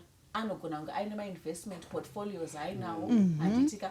Saka zvese izvozvo ari kuitira kuti kana wakamutarisa munhu akazvimiririra sezvataura pastor Chaukuru. Yes, tinoda kutenda kuti matipa mhando dzakasiyana kuti umwe ari empowered spiritually ari kuziva ukama hwake naMwari, anotoziva kuti ini ndine deeper connection yangu naMwari. Umwe ari empowered socially, ari empowered economically, zvese zvichidaro izvo. And then toda kuti taona kuti ipapo pama-empowered apa matiburitsira ma-types aya, maybe Lisa pane here chaungade kuwedzera tichiri pa-definition nema-types zvichidaro? Alright. Tikada kutarisa pane ma-qualities an empowered woman. Tikanzwa the word empowered, pane shoko rekuti power. It starts from within. Mukadzi ane simba. Vanhu vakawanda vakanzwa kuti empowered women vanogona kutanga kufunga kuti munhu akazhandakira, mazano tuta ane dzungu, anomhanya. Asi tutarisa mukadzi or a lady who is confident. Confidence yake haiuyi pamberi pechechi chete achitaura. Confidence yake starts from within. And ukatangira confidence from within, it means unozvida. Self-love. Saka ma-qualities an empowered woman, pane kuti munhu ane confidence, munhu anozvida, munhu ane purpose muupenyu, anorarama. Ndo yatinoti hakuzi kudada ka? Hakusi kudada. Munhu wekuti ndisati ndadiwa nemumwe munhu, inini ndinozvidawo here. So you're accepting yourself zvauri kuti vamwe vanhu vakudewo. Saka empowerment haisi limited kumabooks chete sezvataurwa, but iriwo kune zvimwe zvinhu muupenyu zvaunoita. Une direction here muupenyu. Hasi ngori munhu utongoti vanongotorwa nemhepo. Saka pama-qualities tinotarisa munhu ane direction. Ndingati ndo zvandingape pama-qualities. So okay, takutarisa ma-types, ma-qualities nema-definition aya ngatizviunzei pa-relationship yerudo. Handiti toda kuti tione kuti mukadzi uyu ari confident ane direction, akadya mabhuku, ari economically empowered, anogona kuzviendesa kuholiday, akazopinda mukudanana, maybe musikana, kana kuti munhu atowanikwa akapinda mukudanana neumwe munhu, zvine here mabenefits? Ngatitange kutarisa kuti zvakanakira chii kuti munhu apinde ari munhu wechidzimai apinde murelationship ari empowered. Zvine here mabenefits azvinobatsira mama musikana akapinda murelationship ari confident, achiziva direction yeupenyu hwake, aine mari dzake? What benefits dzingawanikwa ipapo? Ndona kuti mabenefits anogona kuwanika ipapo chiremba ndeye kudai munhu ane zvese zvadescribewa naLisa, munhu haremeri murelationship. Yes. Because ari kutozvida, unoziva kuti kudanana nemunhu asiri empowered even to look at themselves positively, anoramba achida validation, and haafunge kutoti iye anodeserva kuve in love with you. Saka anenge achiti anenge achita tunogona kukudragai down, but munhu ari empowered, munhu anonakisa because ari open minded, anogona kuappreciate kuti utori munhuwo and ari kuramba achidzidza. Saka munhu asiri empowered ari so anonetsa, anorema kufamba naye murelationship because zvese anoda kuitirwa. But uyu tiri kutoita bring and shake, relationship bring and shake. Hatisi kungotarisa kuti munhu, we are not doing one person in a relationship. Yes. We are doing us. Saka if we are all empowered, tiri open minded, because the platform must be that we are coming to share. Yes. And not one is coming to do kuitira umwe. It becomes a daunting task.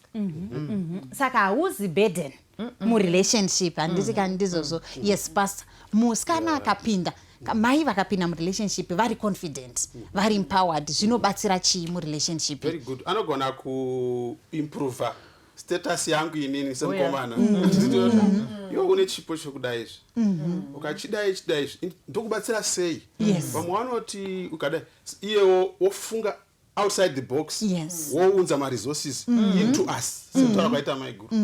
Then haasiri always on the receiving side kuti kana ukasaproposa chinhu inini hapana zvandinoita, hauna kubata time, hauna kunga wataura, ko hauna kunga wanditaurira, so handina kuziva kuti uri kuzvida, ndafunga kuti.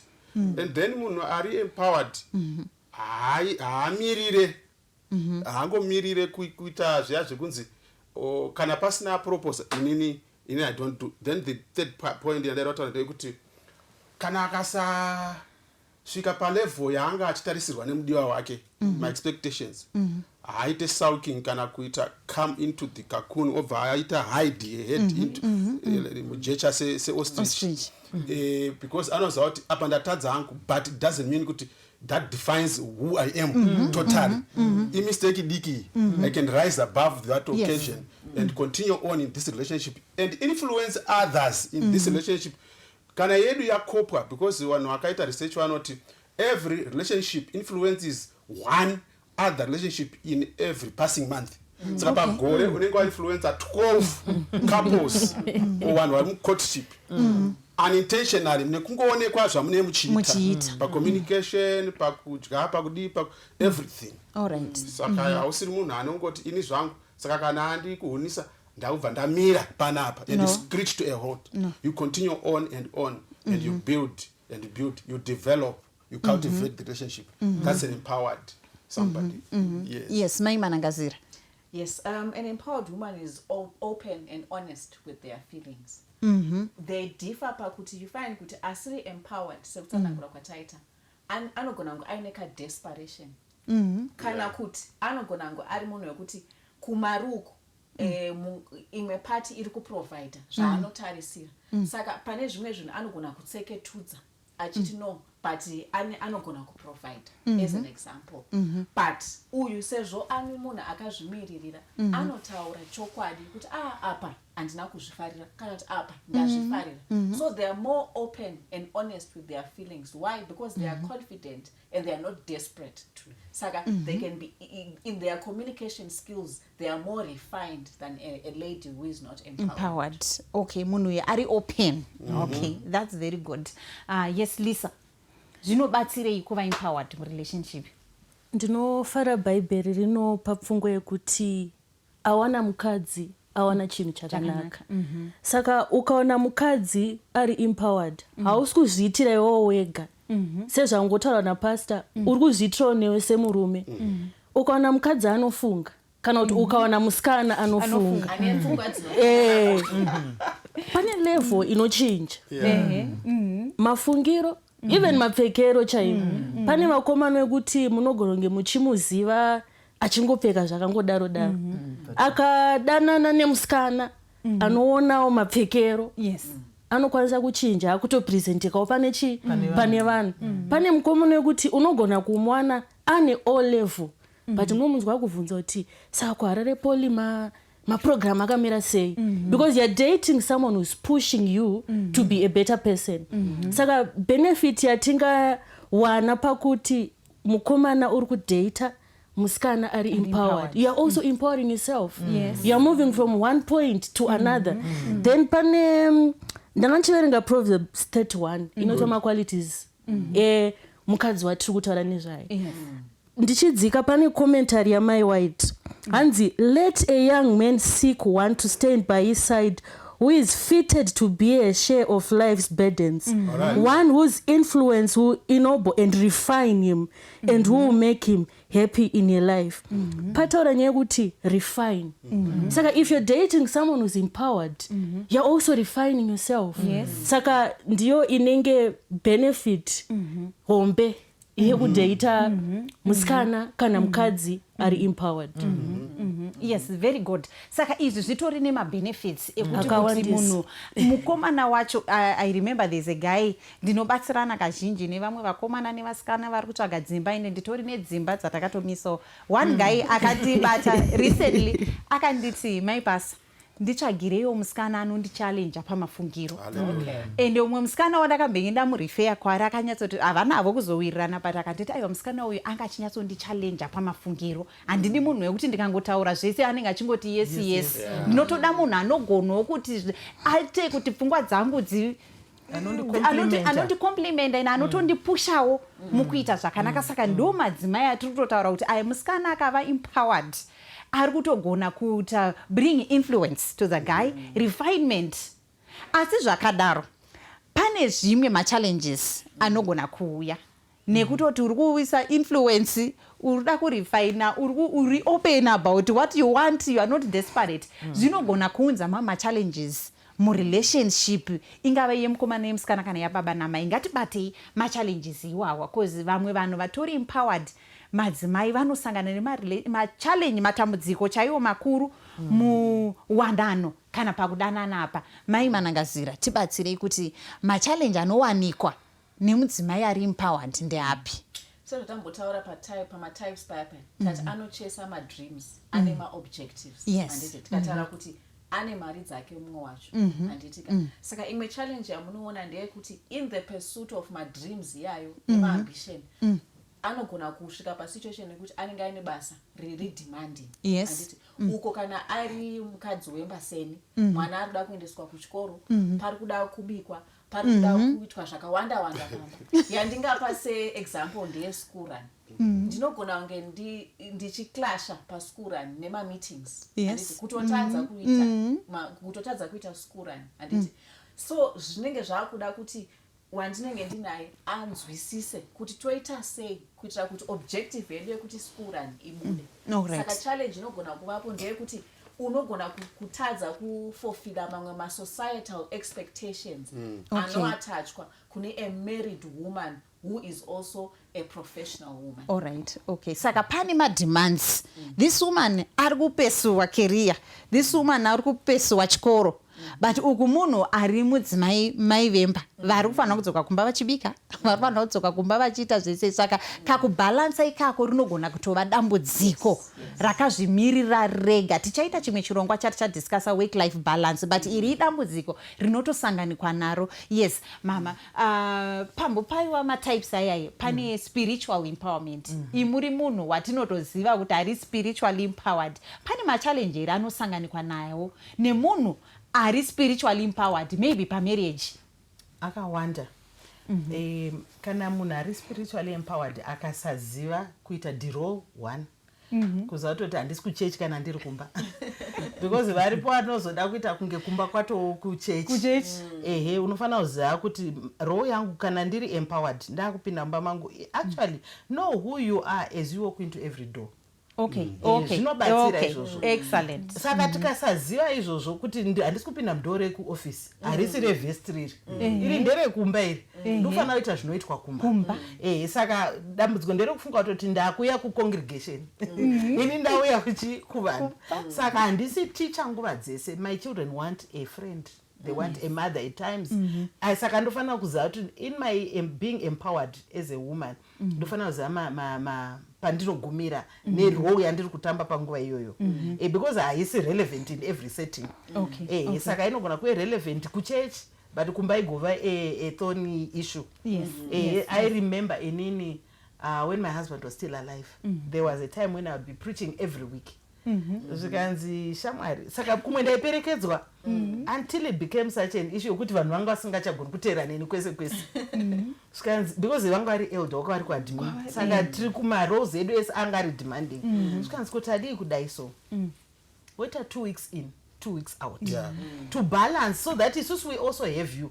Whilst you are feeding the flock, because dzimwe nguva the spiritually empowered woman anenge ndikuita basa ramwari, saka inenge yadefense yokusave effective kumba, ene kune mamwe settings hauchisiri effective. Saka being empowered is knowing how to apply myself in every setting, knowing kuti panapa even in my being empowered, I must also know that I'm a student. Ndofanira kupawa vamwe nguva, because being empowered doesn't mean I have an opinion in every setting. Ndinofanira kutaura because ndinazvo I'm better ndakateerera nditeererawo vamwe. Tinoda kutenda. Ipapa ndatorangarira pane imwe couple vatakambobatsira kare mukadzi uyu aiita mafasting zvakadaro zvekuti anoita 21 days fast, 40 days fast, but takazosvika dambudziko mumba because aibva ati nebonde ndiri kutsanya. Saka baba ava vakazouya kwatiri vakati, pastor, uyu munhu uyu inhengo yenyu akubva ati inini pa21 days fast dzangu nebonde ndiri kuita sei, ndiri kufasta. Uyu akutoti murume uyu akutondikanganisa ukama hwangu naMwari. Saka tikuti nyange uri spiritually empowered ka uri mudzimai mumba, balance relationship yako yauri kuita nani nemurume wako mumba. Yes, Lisa tibatsira apa ma challenges anowanikwa nemi vana vechisikana muri mu relationship, muri empowered. All right. Tisatapinda tiri murelationship, pane machallenges anotowanikwa usati wapinda murelationship. Usati watopinda. Because ukatopinda yato blessing. Amen. Usati wapinda hamutopindike nekuti uri empowered. Nekuti vakomana vanoona muri intimidating, akanzwa kana kuti type yebasa yaunoita kuti ava venharo ava tinozo kugonai, kana kuti ndinokuda but andifungi kuti you are able to submit. Saka kutopinda murelationship macho itori challenge. Kumwanasikana ari empowered. Kuti saka kudzidza imhosva here, kuva empowered imhosva here, kuva munhu akachangamuka imhosva here. Saka ndo challenge yekutanga. Then imwe challenge wapinda murelationship, semunhu unogona ngochingopoma maideas wokuti ko apa wadi wadai ari kunditonga. Saka ndiyo challenge hombe chayo iripo yekuti ava vakangwarisa avateereri. Saka ndo ma-challenges anowanikwa ma-relationships iwayo. Saka musikana ari kutotadza kupinda murelationship nekuti ari kutonzi uyu ndinozomugona here, anandisa vakatodzidza kumalaysia ava lawyer uyu handizomukwanisi. Mama ndada kutaura kuti ipapo malawyer taita zvakanaka tiri malawyer mairi vanogona kutamba chilawyer chavo murelationship. That's even though uri empowered, chikoro chedu hachisicho chiri kudiwa. Unoziva kuti ukanyatsotarisa hatisi kutarisa vanhu vakadzidza chete. Kumusha kune mwana unotoona kutoti ari kumusha ikoko akanenge uyu apa munhu akangwara uyu. But dzimwe nguva tinenge takufunga kutoti kakungwara kake katoda kukakontrola, toda kukakontrola, but at the same time isusuwo vamwe vanhu vanoshandisa maprofessions avo murelationship, zvokuti wakuda kushandisa pfungwa dzekudefenda, you are always on the defensive, uda something like that. Takurukura pamusoro pemabenefits ekudanana kana kuva muwanano nemunhu ari empowered. Pari zvino tichambotora kabreak, tozodzoka tokurukura pamusoro pema-challenges angawanikwe kudanana nemunhu ari empowered.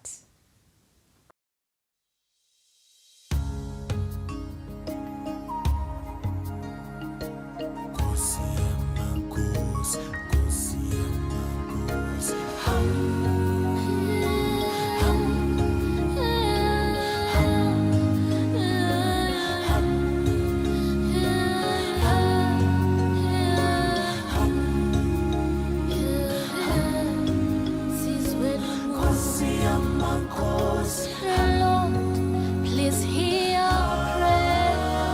We are tired of all these pains. Missions are hopeless. Lord, please save us all. Siyakhala kuwe Baba, muwe wethu inyanga enkulu. You are still God in the valley, in the mountain. For there's no one like Jehovah, and no one has the power. Akekho ongasikhipha kuleli phinde, enemandla wonke. Sibawothe Nkosi, sizwele umusa. Nkosi, sizwele umusa. Omubi usidonsela phansi. Izifo lokufelwa, izizwe zahlupheka. Siyakhala kuwe Baba, muwe wethu inyanga enkulu. You are still God in the valley, on the mountain. Nkosi, sizwele umusa. Simba, John Liremera, Ishe wangu, Murapi Mukuru, Hano Nyaraza, Nopugama, Ndunamata, Ishe Munondi, Nzwam, Makatende kam, Ishe Makatende. Nobody waits for you, Murengi until we sit up pasi. Waiting, nekufirwa, nikanzose zatamuna. Tinona na wakwamori, ndimimoka murapi mukuru. He's still God in the valley, God on the mountain. Naimariwe, tinswire wanyasha. Sihamukele Baba wetu, tinona nyasha. Sihamukele Baba wetu, tinona nyasha. Naimariwe, naimariwe, naimariwe, naimariwe, naimariwe, naimariwe.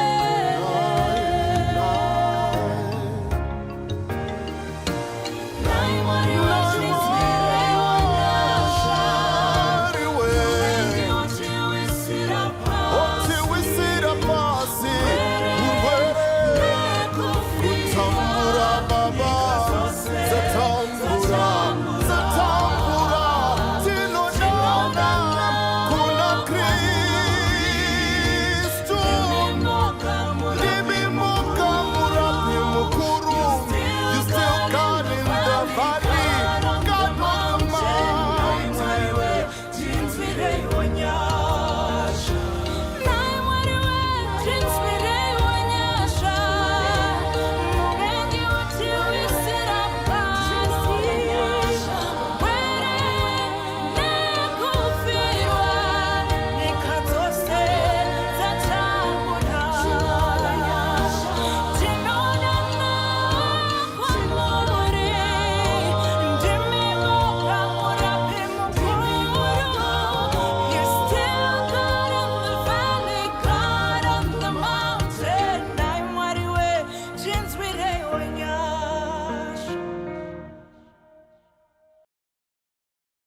tinokuchingamidzai zvakare kuchirongwa chedu patiri kukurukura pamusoro empowered woman in a love relationship. Tambobata madefinition, mabenefits ekudanana nemunhu ari empowered. Iye zvino toda kuti tikurukure machallenges. Ndezvipi zvinhu zvinowanikwa zvinotambudza mungava murelationship yekudanana mukomana nemusikana kana muwanano nemunhu ari empowered, anozvimirira, ari confident, ane mari dzake. Lisa, tibatsiri iwe uri musikana wechidiki. Machallenges anowanikwa mukudanana iwe uri empowered sezvauri izvi. Lisa, utori munhu akadzidza kumalaysia, uri lawyer. Ndezvipi zvinhu zvinowanikwa mukudanana nevakomanawo? Alright. Pama-challenges apa anotangira before relationship. Before. Usati watopinda. Kuti utomupinda ritori dambudziko because uri empowered. Chekutanga vakomana vacho vanenge vachifila intimidated. Panosvikika here apa. Kana kuti vane ma-assumptions kuti level redu harita sei. Mazuva kuti ma-level redu haasi kulimbana, haasi kubatana. Saka ndopa zvinotangira kuti ndingadana uyu ndinomukwanisa here, ndo chekutanga. Then even challenge itoriwo kune vasikana vechidiki kuti utsvage someone who matches your energy. Ndakadzidza, handisi kuda hangu munhu akadzidza as such, but ndiri kuda munhu wekuti tikataura conversation inoenderana. Handidi munhu anodraina energy yangu, handidi munhu anondikanganisa ma-achievements angu. Ndine ma-dreams, ndine ma-hopes, ndine ma-plans. Saka kuti uwanewo someone who's matching that, zvinogona kukunetsa. Pamwe vari kuyo vanenge vakawota, vanenge vasina simba. Saka ndo challenge yekutanga kutopinda relationship macho, because you need someone who matches your energy. You need to have someone wekuti munokomplementana sezvambotaura. Then challenge imwe inozoitika ipapa semusikana iwe hautori namanje simba rekuselekta, kumirira kutoapproachwa manje. Saka iwe vari kukuapproacha vacho havasi kutomecha. Ende ipapo pamwe vabereki chaivo mai vakuendesa kuchikoro vari kutotarisira kuti iwewe wakaenda kumalaysia, iwe haungangonotorere munhu ane form 4. Zvekuti ratoo dambudziko rekutoti iwe wakuto selection criteria yako inoita ichiita narrow. Selection pool. Tiri ipapo ndo panozopindawo futi ana mama vanova kuti maybe ndikambokutsvagira tinoiti matching committee, matchmaking committee. Ndaifunga kuti kana vari empowered vanogona kupfimbawo mukomana. Handizvo zvamunoreva here? Are you limited in your empowerment? I think society vemazana havasi limited, vane zvavanoita. You put unozvisa out there kuti I'm available without really losing your exactly. Asi zvinotokuisa futi padambudziko pasta iro rinotori dambudziko rekuti saka ndozvimaketa sei, nekuti umwe wacho ari kufila itori challenge yekuti unozvimaketa sei. Yes, pachinere zvimilisa. Yeah, then imwe challenge matomu relationship. Mumwe mukomana anogona kutanga kufila kunge simba rako ranyanyowandisa. Ma-dreams ako anyanyowandisa. I have a friend of mine anogara chindudza kuti semusikana you don't have to shrink yourself kuti umechana nemukomana. Wapinda relationship nemukomana ungone ma-dreams undoda kuzoita masters. Nema-timelines ako. But mukomana wangu ndikaita masters, iye akagomera degree kana diploma zvinoenderana.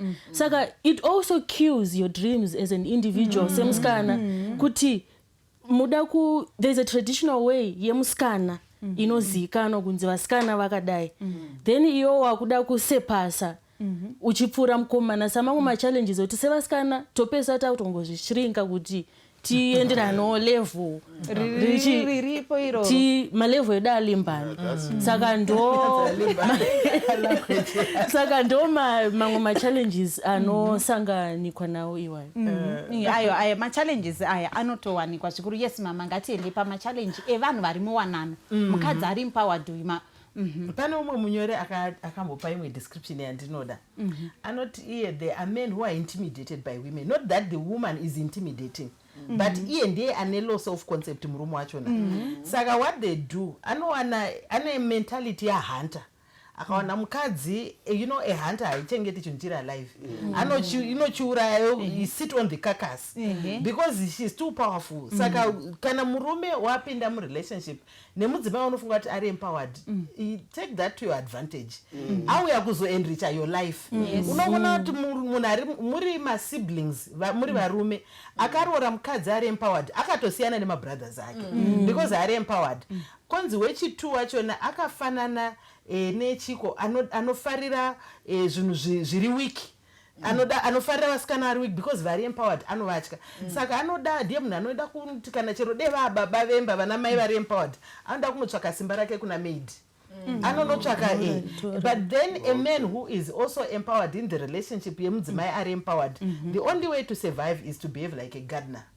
Saka garden anodiridzira eka you allow me to become who I am because God created me ndine my abilities asingadefine in a marriage ndikutopinda ndiri empowered and I've come to enrich this marriage saka pandiri kurarama marriage is chinoisa kuti marriage yedu inakidze ndisingafeel threatened is to continue encouraging this person to become who God designed them to be because ndine purpose yandakasikirwa saka marriage is a step up not a step down marriage must improve me not kill me yes pastor makamirira varume ndeapi matambudziko anosanganikwa nawo nevarume nemadzimai iwawo ari empowered anamai manangazirawo Dr. Alaisa mabva masvika ivava vanoti tonga kune mukadzi asingatongi musha wake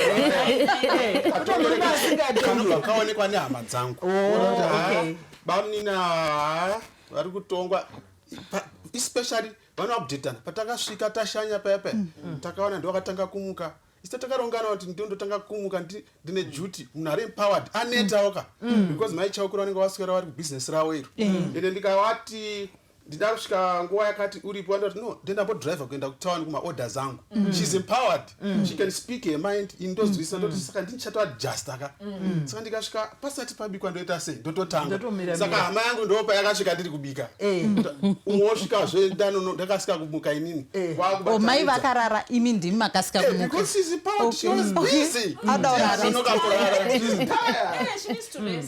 paanga achita zvemaclients ake vari pawhatsapp indonzwisisa ava vanzwisisa saka ichallenge yekuti hama dzedza kuti akadyiswa kana kuti akutongwa pastor tisati tasvika kuhama hapana here vari kutonga varume hatisati tiri kutaura zvekuhama pakati pevanhu 2 ava ari empowered haatongi here vari extreme ivo vatori on the extreme side wanotora advantage of the empowerment yakapiwa nevabereki waona mwari obva waishandisa sechitsvimbo kuti zvino ukasadaro mari yefizi yevana toda kuti unoiona kupi ndiye ari kuhora yakati wandei pamba apa saka ini ndaitawo sei basa kwangu ndiri kuhora haisati yawedzerwa iwo wabva waita 3 times takakunoshava futi tikushava spane mugani aiwa ndiri kutofunga kutoti imwe saini yemudzimai ari kutonga sezvamuri kureva ndeyekuti saizvozva kumatauro atiri kutoita ndiri mai chaukura tongoti mukataura ndokudzikisira ndoti imbomirai ipapo regerai ndinyatsowedzera makambozvona chero muri paany setting mudzimai achona anenge achingoda regai pataura baba paka regai ndiwedzere but tatari open in communication but pane zvimwe zviri emasculating pane zvimwe zvinobva zvabvisira murume wacho confidence pavanoti vanonga chitokuziva kuti rega uchaona murume wacho akataura rega uchaona murume wacho kana kunga akuchechi kana padare remhuri ndiye anenge achizopa regai ndipedzise patangwa nababa aiwa gutsikana kuti murume wako kana ataura chero uine point chenda unotaura serika and anotaura hanzi behind every successful man there's a powerful woman saka a powerful woman uses a social intelligence kuti in as much as baba wasiriraka maybe next time kana makutaura payapayaka munazoti muzairi payapayaka next time kamama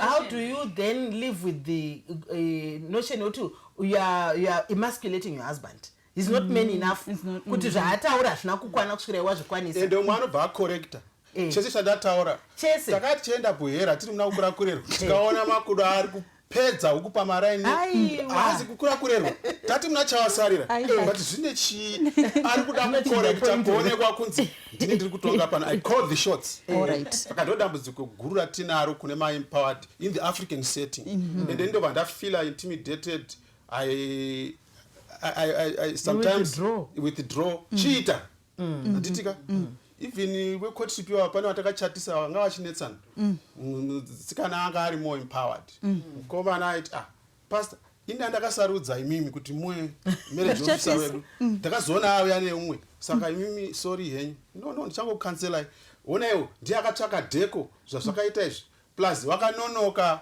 zvaida kuita tikanonoka zvese izvozvezvi aingoti iyeyuyu ndinombomutaura mubatsireiwo saka pacommunication nepanyaya yekucontrola nekuziva malimitations zvinotoitika kucourtship kusvika pamuchato zvopinda futi mumarriage zvofashukira kuenda kumanext door vanotozviona nehama dzangu dziyadziyaidzi I am also part of the systemic family yeah so izvozvo and now mumwe munyori akanyora bhuku rakanzi child guidance iroro rinoti Adventist home anoti iye vana mai ava ngavabhalansise the Martha and Mary attributes. Oh yes.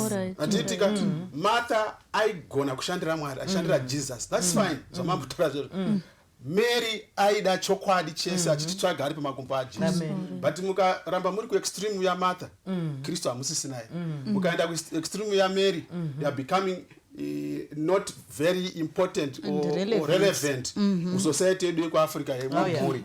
Vana manje vanosafa, that's the challenge. The empowered woman neglecta vana vazhinji vacho zvichiitwa namaid and so forth. Saka iwewe basa rako rakasirwa naKristu kuvana wokunumber 1. Alright. Yes. Saka vana ipapo ndine board meeting izvezvi vana varikuda vane sports day vane school run vane manga mati here ndimbotsveta zveboard meeting ndomboita zvevana iro bhuku randada kuverenga iri page 27 robva ratsanangura kuti if wives and mothers would do the work that Christ left them to complete, ndo vachazofara kuti chanzi well done good and faithful servant. Vanga vari faithful pavana ava because that's the family today and that's the community tomorrow, that's the leadership. Iwewe ndipo pauchazomira here uchiti Mwari tarirai ini nevana vangu vandakapuwa tiri zviratidzo. Ungabudirira ku corporate leadership yauruku, ungabudirira kuwa master of everything business. Asi apa pakagoniwana na Noah apa. Ndipo number 1 pauchapuwa mubayiro orokunzi. But ndine bvunzo further pasi. Vanava tataura kuti vari kufanira kuenda kuchikora nditi kutaura zvakanaka vari kufanira kuenda kuchikoro vari kufanira kutengerwa hembe pari kuda mari Jesu tinomuda futi but pari kuda mari yekuti zviite uko ndine mumwe muri kuti mambotaura kuti zviri kunetsa kushava semurume ndibatsirei kuti ndini ndiri kushanda mumba ndini ndiri kuunza mari inopfuura tamboitaura aspect iyoyo tikaibhalansisa more futi available imimi ndichiri baba. Mukasadaro mukaita emotional congestion ndikushaya nguva yekuti ndikuone uri busy nekuti ndishayira mari apa maid darumhanya iwa usiri undibikira kubedroom kwacho ndichashaya simba if I'm intimidated kwesoko ukuya kwenda kwachizora results acho manje when we were supposed to celebrate our marriage ndopamvana nditori week bonzi ruchika kuti uchatangika ndotangira papi achati DCI wenda neta kana kuti imimi dai mataka tsvaga mari vana ruda fees and so forth inini papapo ndo zviri ku patosangana ma-counseling issues ndo zviri kuuraya misha izvozvo. Okay. Pastor ndoda kubvunza kuti cause mukomana atowana musikana wake Lisa atori lawyer anditika uri kutomuona nemota ane stand Lisa anditi akatotora loan kubhengi akatenga chichi zvino nhasi tamumba wakuda kuchizomuti aiwa Lisa chimbomira kuwedzera mabhuku chimbomira kumhanya iyo wakatomuona aine mota wakatomuona aine zvese inini ndinofunga kuti some things must wait. You must put your priorities right. Yes. Doctor. Okay. Because you know wakuda zvembereko ka uchapuwa 3 months leave kubasa saka you can't have your cake and eat it at the same time. Okay. Kubasa wambomira otakura mimba kana tombomira mimba oita zvekubasa chikoro chimasters vedanopesai ibila wambokuona gore rese titika masters simbomira timboonana tichivaka ngatibhalansei nezvataurwa namama akavaive kunzi vanohanta vanoda vauraya prey yake uyu ane dream yake. This is an empowered woman. Uyu ari kuda kuti tozvibatanidza sei ende watomuwana ari munhu ari kuti ini ndoda kuita masters ndoda kufunga kutoti pane mapriorities sekutaura kwaari kuita are not in order. Ini ndofunga even munhu achiri musikana even pakuchoose career kana uri kuplana kuzoita mai also consider those things kuti how will I balance. Hallelujah. Because dambudziko ratinoita fanika vanhu vanoita wise after every event kuti taakuda kuzozitanga kuve mai toda kuve career woman hatisi kuti zvakaipa kuve career woman maambitions tati isusu ndimwari akaisa madreams iwayo in every human being and they must be achieved but mwari haasi confused. Because kana atipa mhuri ari kuti mhuri becomes priority. Because ati entrasta nemamwe maminds ari kufanira kuachieve their things in life. Saka isusu kana tikati we over delegate even vana vachona to someone else and dai uchinzi muri kuzoita delegate kuna maid one 7 in 1 year.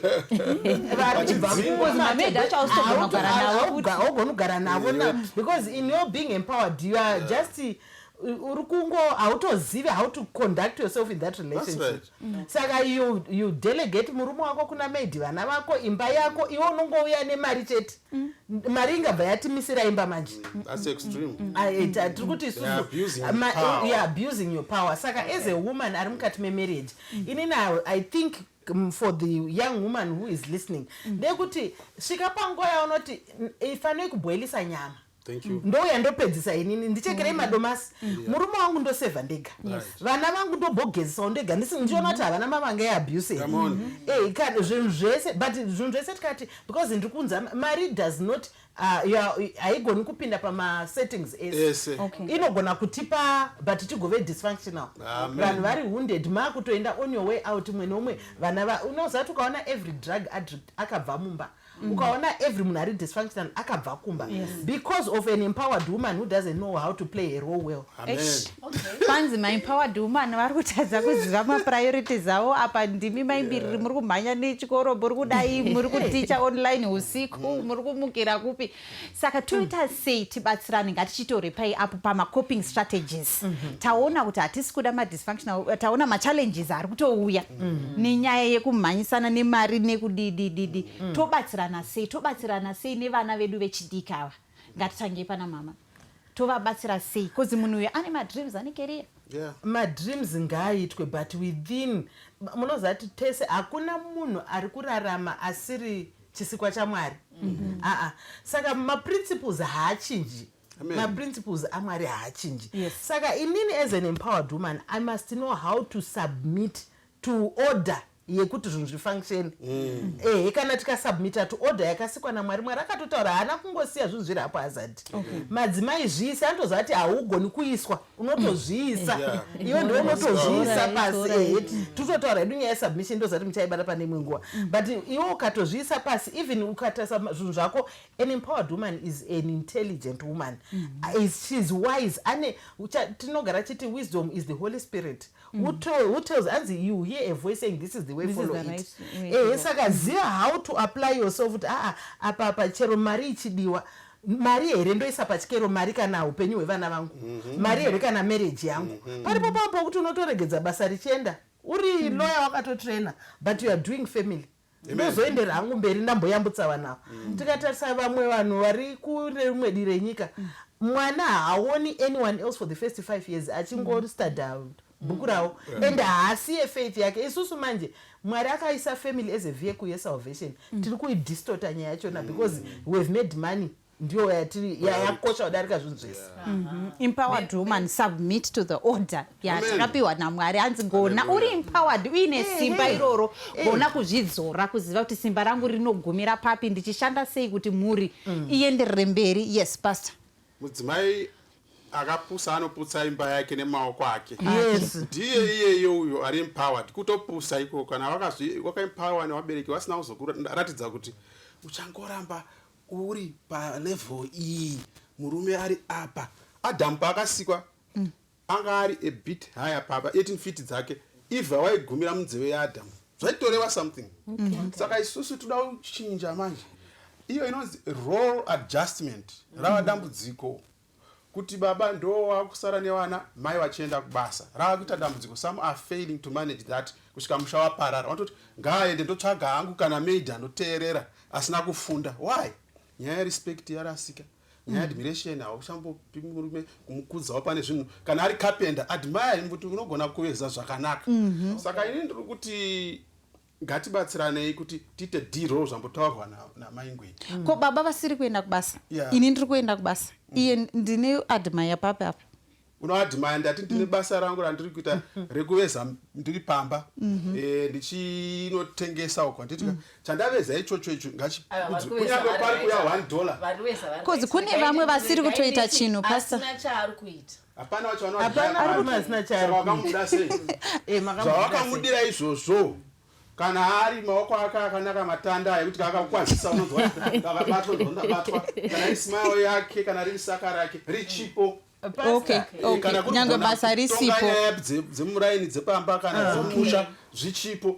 If you cultivate him achakura osimba oenda oiswa. Pane yamatotaura imimi kuti ndinosvika kumba yekufara handichisina simba because wauraya murume wako kubva kwese panze apa and you expect him to be a man. Saka dzimwe nguva vamwe varume vakatofa even kuti achibeliever in self because of the empowered woman who always points out mistakes ake maweakness ako you are good for nothing actually ndini kuita zvese pano you cannot handle kuve up there kwako because zvakafanira kuti iwo kana une chipo chokumhanya mukabata mhembwe unopa baba vobata mosvika baba wakabata mhembwe yeye vanoona kuti ndi baba waita sei vabata but manje empowered woman handa kuzvisa andanyora billboard kuti zviri kuitwa firiji panakaitenga kuSouth Africa ichi chandakati masofa iwaya zvakati zvose ari kuisa signature yake saka kuzvifonera point yandinobatsira Lisa ndabatikana because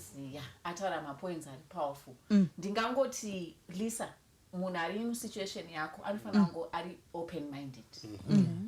Aoregedza kuti open minded chete onzwisisa kuti mukomana wandiri kudara naye uyu doesn't necessarily have to measure up kuma capabilities angu.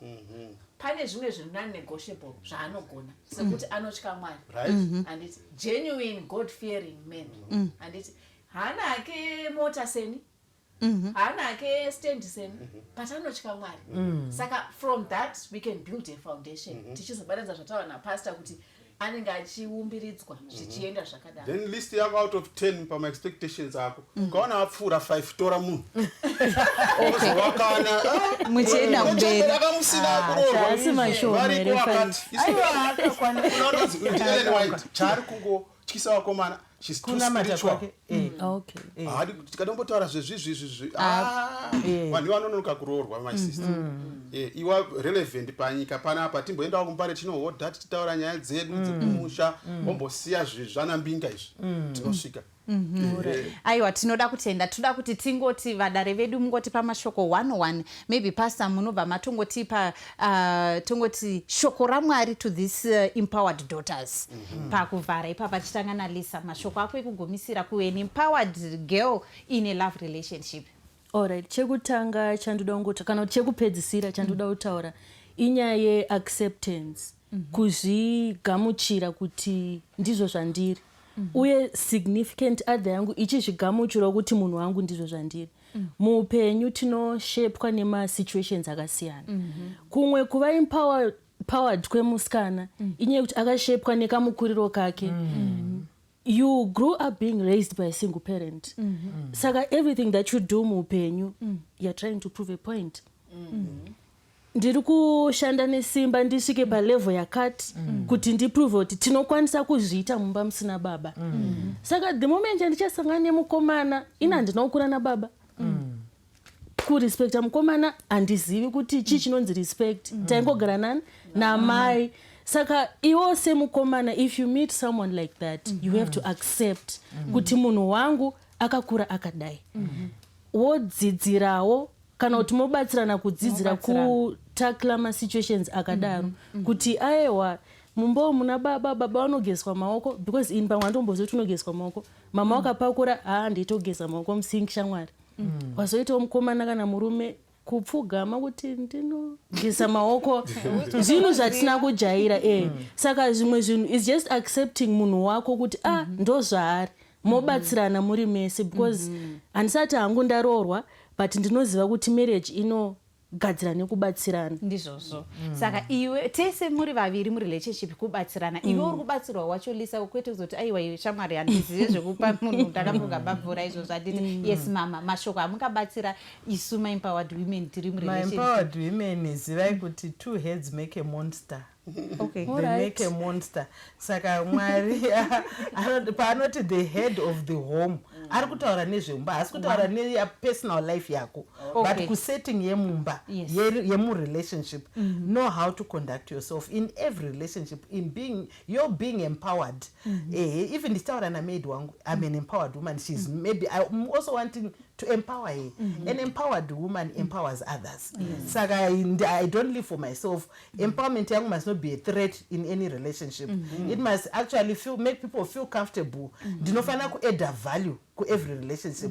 Saka ndikasvika pane uyu chero ari gardener ndinomurespecta. Inini I've told my gardener we are partners. Inini handina simba chandinacho imari but we are partners in this.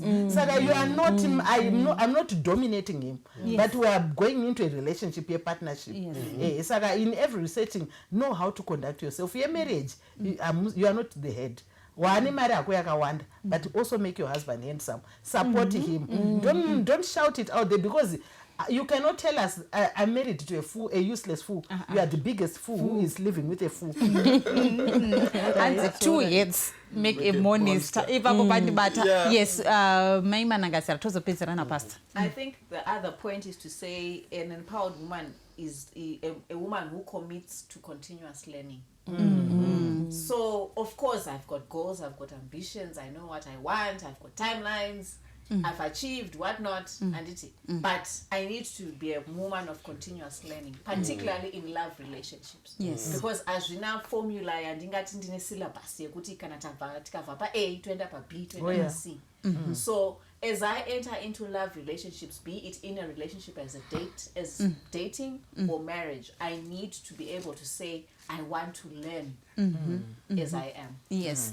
Dzidza umwe munhu wako wauri murelationship yako kana achitolereta zvekusabikirwa kana achitolereta zvekuramba uchienda kuchikoro kana achitolereta ndizvozvo kana asiri kuzvida wozvidzora kana asiri kuda kuti urambe uchitora maextra lesson auri kuita chitomakata tichidzidzana uchidzidzawo iwe zvinodiwa nomwe wako kuti marriage iite sei iendere mberi. Yes pastor mobva matipa muna mato okuvhara. Yeah, the empowered ladies in the Bible.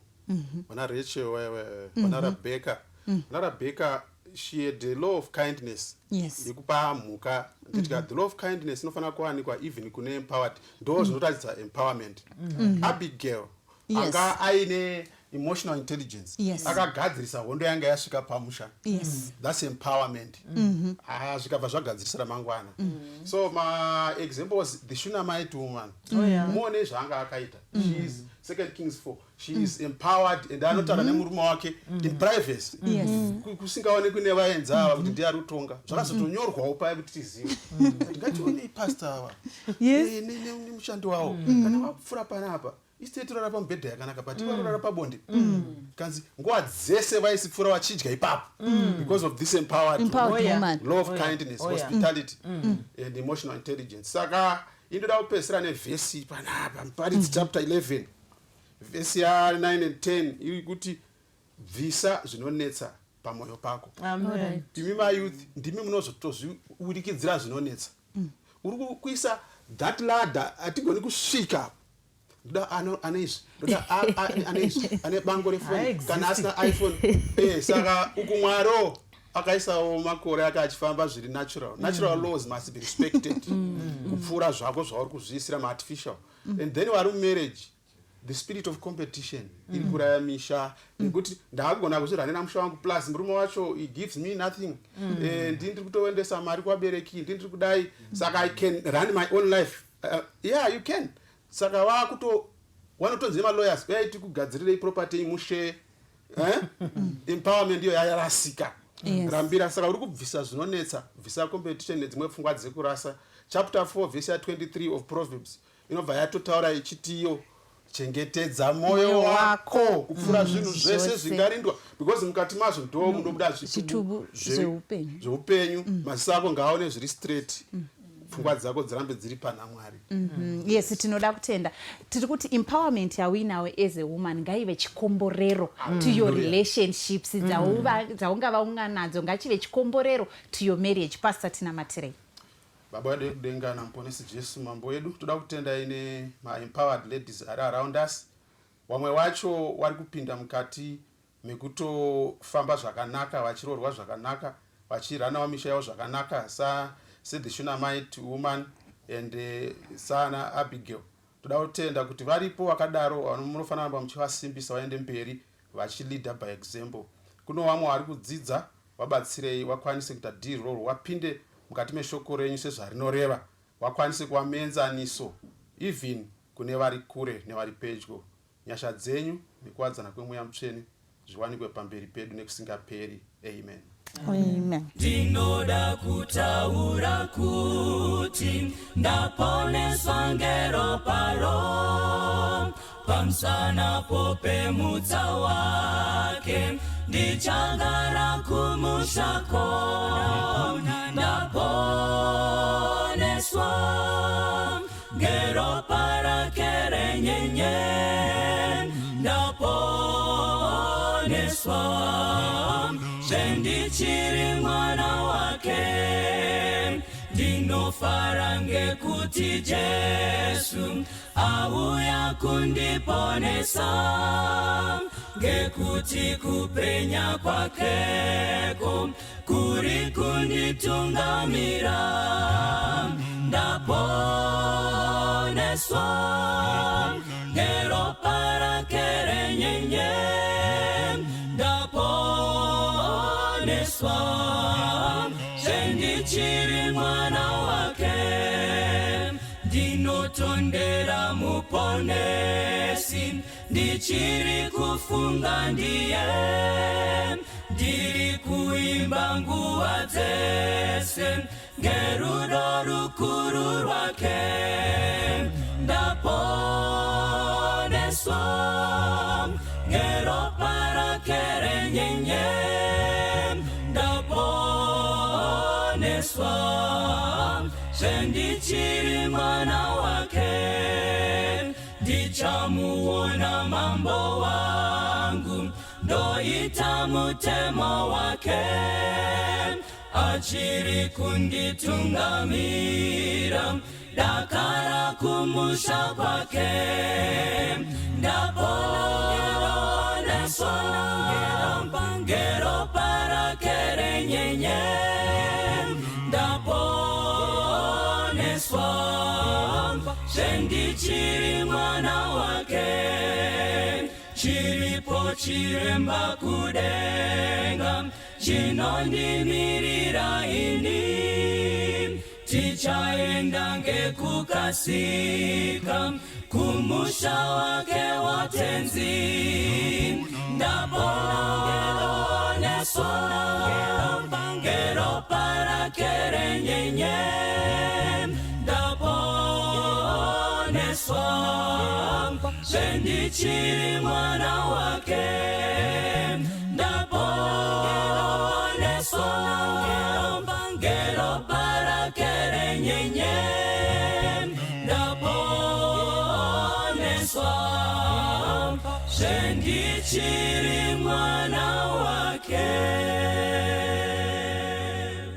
Petone muchinjiko pane tsime kwaro, mvura yekurapa iyo yabva kuna Jesu. Petone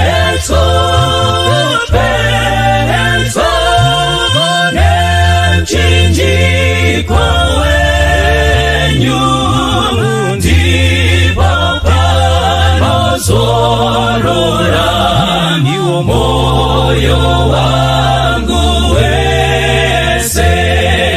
Petone muchinjiko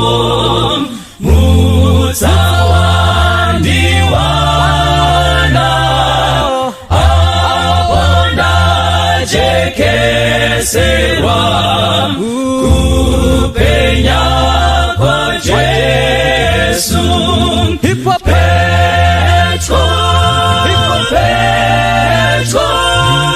nemchinjiko wenyu ndipo panozorora moyo wangu wese Petro nemuchinjiko ndomuona Jesu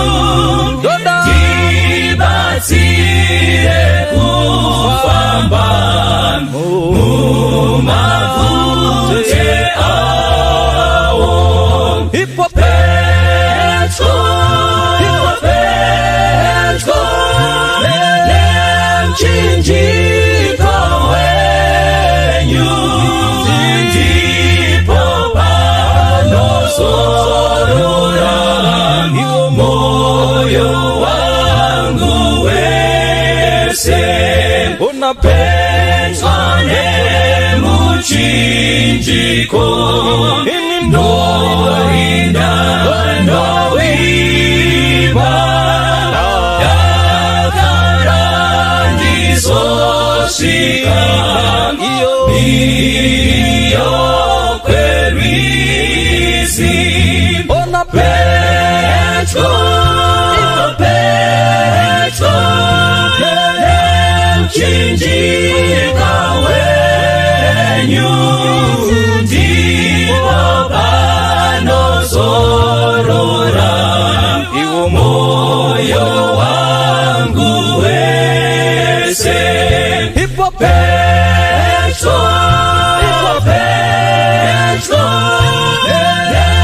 nemchinjiko wenyu ndipo panozorora moyo wangu wese ndipo panozorora moyo wangu wese ndipo panozorora moyo wangu wese. Kwaziwai wateereri wedu, tinoda kukuchingamidzai kuchirongwa chedu Health Matters with Dr. Alaisa. Ini ndinonzi Dr. Alaisa Mbiriri, I'm a lifestyle medicine specialist. Pachirongwa chedu chanhasi toda kuti titaure pamusoro pe chirwere che-HIV pamazera echikuru. Tina Dr. vedu guest vari pakati pedu, tinoda kukuchingamidzai Dr. Kufa. Kwazisai hedu vateereri vedu. Makadii zvenyu vateereri, mufaro wangu kuva nemi zvakare mukati mezuva ranhasi. Zita rangu ndoitwa Dr. Ephraim Kufa, a general practitioner. Ndinobatirawo ndiri paclinic inoita zvokurapiwa kwe-HIV muguta reHarare. Tinoda kukutendai, tinodaira kuti tavarangarira Dr. Kufa akasike kutanga kawo kuva pano. Nhasi toda kuti titaure pamusoro pechirongwa chatiri kuti HIV and aging. Kana takatarisa nyaya yechirwere che-HIV, zvakakosherei kuti titaure topic iyi ye-HIV and aging? Tinotenda Dr. Mbiriri. Mukatarisa topic yatiri kutaura nayo, HIV and aging, kana kuti muchishona tinogona kuiisa tichiti chirwere che-HIV pamazera echikuru. Yakakoshera pakuti uwandu hwevanhu vari kurarama nechirwere che-HIV vachisvika pamazera echikuru huri kuwedzera mukati menyika. So that's why it's important. Uye vane ma-conditions kana kuti vane ma-challenges avanosangana navo which are unique kune vamwe vanhu vasina chirwere che-HIV. Alright. Kana muri kuti vanhu vari kurarama nechirwere che-HIV vari pamazera echikuru vati wedzere, zvikureva ma-new infection here ari kuwedzera kuvanhu vechikuru kana kuti ari kuwedzera sei kuvanhu vechikuru? Ndinotenda nemubvunzo wakanaka Dr. Mbiriri. Kuwedzera kuri kuita vanhu vane chirwere che-HIV vane mazera echikuru, zvikuru sei vane mazera apfuura 50, 50 kuri kukonzerwa nezvikonzero zvandingada kutaura zviviri mukati mezuva ranhasi. Chikonzero chekutanga ndechekuti kune vamwe vanhu vakazvarwa nechirwere cheHIV. Koita vamwe vanhu vakabatwa nechirwere cheHIV vava nemakore vari pamapiritsi atingati ma-ARVs. So ma-ARVs kana munhu uchiamwa zvakanaka yatingati life expectancy kana kuti makore aungararama panyika anogona kuda kunanavirawo kumakore emunhu asina chirwere cheHIV. So boka rimwe riri kuwedzera nekuda kwokuti pane vanhu vagara vane HIV vari kumwa mapiritsi avo zvakanaka vari kuramba vachirarama nechirwere ichochi. Tingati ndicho chikonzero chokutanga. Chikonzero chechipiri, tisataenda pane chikonzero chechipiri, mataura yevanhu vari matanga kutaura kuti pane vanhu vari kuzvarwa vaine HIV vakutosvika kuma 50 years here, tatone 50 years here tane HIV.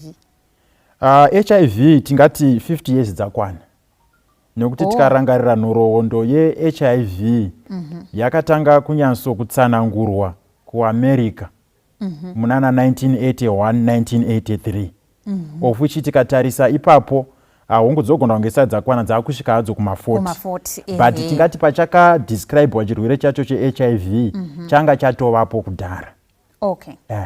Saka vamwe vatinavo hedu ava vakazvarwa nayo vanogona kunge vasati vanyatso kusvika pa50 asi pane vamwe vakabatwa HIV vati kurei vatodarika makore 50 vachimwa mapiritsi avo. Alright, ndizvozvo variko vanhu pamwe vakadiagnoswa HIV kuma 80s kuma 90s ende vanhu ivava vato kumazera echikuru ndizvozvo chaizvo zvekuti vato over 50 years. Alright, ndizvozvo. Saka chimwe chikonzero chechipiri, chikonzero chechipiri ndechekutoti tiri kutoona ma-new infections kuvanhu vechikuru vamwe vacho vatodarika makore 50. Nemhaka yei tichiona ma-new infections kuvanhu vechikuru, pane imwe nguva yokuti vanhu vechikuru vanogona kusapesiva kana kuti kuziva kuti vanotoriwo parisk yekuita HIV. Zviri possible izvozvo sekuti tinogona kuti let's say tina sekuru vakashayikirwa nagogo vasara vega sekuru vanogona kumbotsvakawo munhu wokufambidzana naye. Nguva zhinji unogona kutowana vachifambidzana nemunhu wechidiki wavasingazivi status yavo vogona kutowanikwa vachitoinfectwa nechirwere cheHIV. Kobva kwaitawo imwe nyaya yekuti mukatarisa chirwere cheHIV tingati chine yatinoti long incubation period kana kuti time between infection yemunhu nezviratidzo zvokuti munhu ane HIV. Zvinogoneka kuti munhu anogona kurarama neHIV kwemakore anotosvika 10 asingazivi kuti ane HIV. So izvi ndiri kuzvitaurira pascenario yokuti toti tina gogo vakashayikirwa nasekuru about 10 years ago vane 45 years. Pamwe sekuru vaimwira mapiritsi kubasa, gogo vasingazivi kuti sekuru vane chirwere. Zvogona kuita kuti gogo vakasiyirwa chirwere vaine 45 pavanosvika pa55 vobva vatanga kurwara. Pamunovatesta HIV tobva tawana vane HIV. So tingati HIV haina rusarura kuti munhu akura here kana kuti munhu mudiki. As long as munhu achiita zvinhu zvinogona kuita kuti abatire HIV inogona kubata chiro vanhu vakuru. Alright. Pamataura zvekuti pane vamwe vanhu vechikuru pada vakashayikirwa sekuru vari kutorowo pamwe mwana wechidiki, pamuri kubasa kwenyuko munombosanganawo here nevanhu vechikuru vanouya for voluntary counseling and testing, vanowanikwa here kana kuti mazera acho akanyanya ndechidiki? Unfortunately vanhu vechikuru vanouya for voluntary testing vashoma sekuti ivo pachavo vanogona kunge vachitoti chirwere chevana chevana vadiki. And then even vana chiremba nana mukoti nevamwe vangange vachiofa maservices ekutesta HIV nguva zhinji zvinogona kusapinda mumusoro kuti munhu ari kurwara uyu ane makore 60 ndinge ndichitesta HIV. Zvinongofungwa kuti HIV chirwere chevanhu vechidiki. So naizvozvo tingati kutestwa kwavo vanhu ava dzimwe nguva kushoma. Alright. Saka kutestwa kwevanhu vari pazera rechikuru dzimwe nguva kushoma zvinotoreva kuti iyi inotouya sekurudziro kuvanhu vechikuru. Aha. Chiremba vari kuti zvisinei kuti uri pazera ripi, zvakakosha kunotestwa HIV ene kuziva pachiri pedo kunenge kwakanaka. Saka ngatisaone kuti HIV chirwere chevadiki, asi vakuru ivava tese ngatigone kunotestwa. Kana ndafunga kunoita mumwe mudzimai padandashayikirwa, endai munotestwa sekuru, nemusweet 16 wenyu wamuinaye endai mese munotestwa. Kana muri gogo murida kuroorwa zvakare, endai mese munotestwa. Handiti ndizvo chaizvo. Okay, saka kana tikange tabata zvikonzero zvatiri kuona zvinoita kuti vanhu ava vave panjodzi yekuva neHIV, zvinonyanyokosherei kuti titaure chidzidzo ichi kuvanhu ava? Zvinonyanya kukosha pakuti vanhu ava vakwegura kana kuti vatana vane chirwere cheHIV vana matambudziko avanosangana nawo. Atingati akada kuita sokunangana nawo. Akatisiyanei nemunhu anogona kurarama asina chirwere cheHIV. Saka muchaona kuti pavanokura vane chirwere cheHIV, there are unique challenges avanosangana nawo. Okay. Pane machallenges anosanganikwa nawo kana munhu ari kurarama nechirwere cheHIV kana makore ako ati fambi. Saka ndeapi machallenges aya ari kusanganikwa nawo pamazera anenge ati kurei? Matambudziko aya ndingada kuwaisa muzvipoka zvipoka. Chipoka chokutanga ndicho chokuti utano hwavo panyama pane zvinotovabata pautano hwavo panyama. Ndiyo zvokutanga. Kobva kwaita boka rechipiri ratingati remasocial problems avanosangana navo mukugara kwavanenge vachiita. Closely associated nemasocial problems avanosangana navo pane issue yestigma. Nokuti mukatarisa nguva zhinji tinoona sekuti chirwere cheHIV ndechevanhu vadiki vari kuita musikanzwa. Saka kana uri munhu mukuru, imwe nguva kuti utaure kuti ndechirwere cheHIV, vanhu vangatotanga kukwenyana kuti sekuru vakamboiteiko zvakaita kuti vabate chirwere cheHIV. Kobva kwaitawo matambudziko ekuti ma-mental challenges ndo mamwe avanogona kusangana nawo. Then munhu wechikuru, pane imwe nguva munhu achasi kuenda kubasa, so vanogona kusangana nema-economic problems. So tingati zvipoka izvi zviri zvina ndo zvimwe zvezvinhu zvavanogona kusangana nazvo ari matambudziko sevanhu vari kurarama nechirwere cheHIV vakura. Alright, saka tine 4 machallenges zvipoka zvinokwana kuita 4. Yekutanga inova ma-physical challenges, kurwara kwavo panyama. Tochiti ma-social challenges. Tobva tachibata ma-economic challenges. And then ma-mental challenges. Saka ngatidzokerei kuma-physical challenges. Ndezvipi zvinobva zvanyanyosimbira kumunhu ava wechikuru aine HIV? Ndingada kutangira pakuti kana munhu achikura nokuda kwechivi chakapinda munyika, generally zvimwe zvirwere zvinenge zvava kutambira padhuze. Kana munhu achikura, whether ane HIV kana hana HIV. Zvirwere izvi zvinosanganisira zvamunodhila nazvo ma-lifestyle conditions.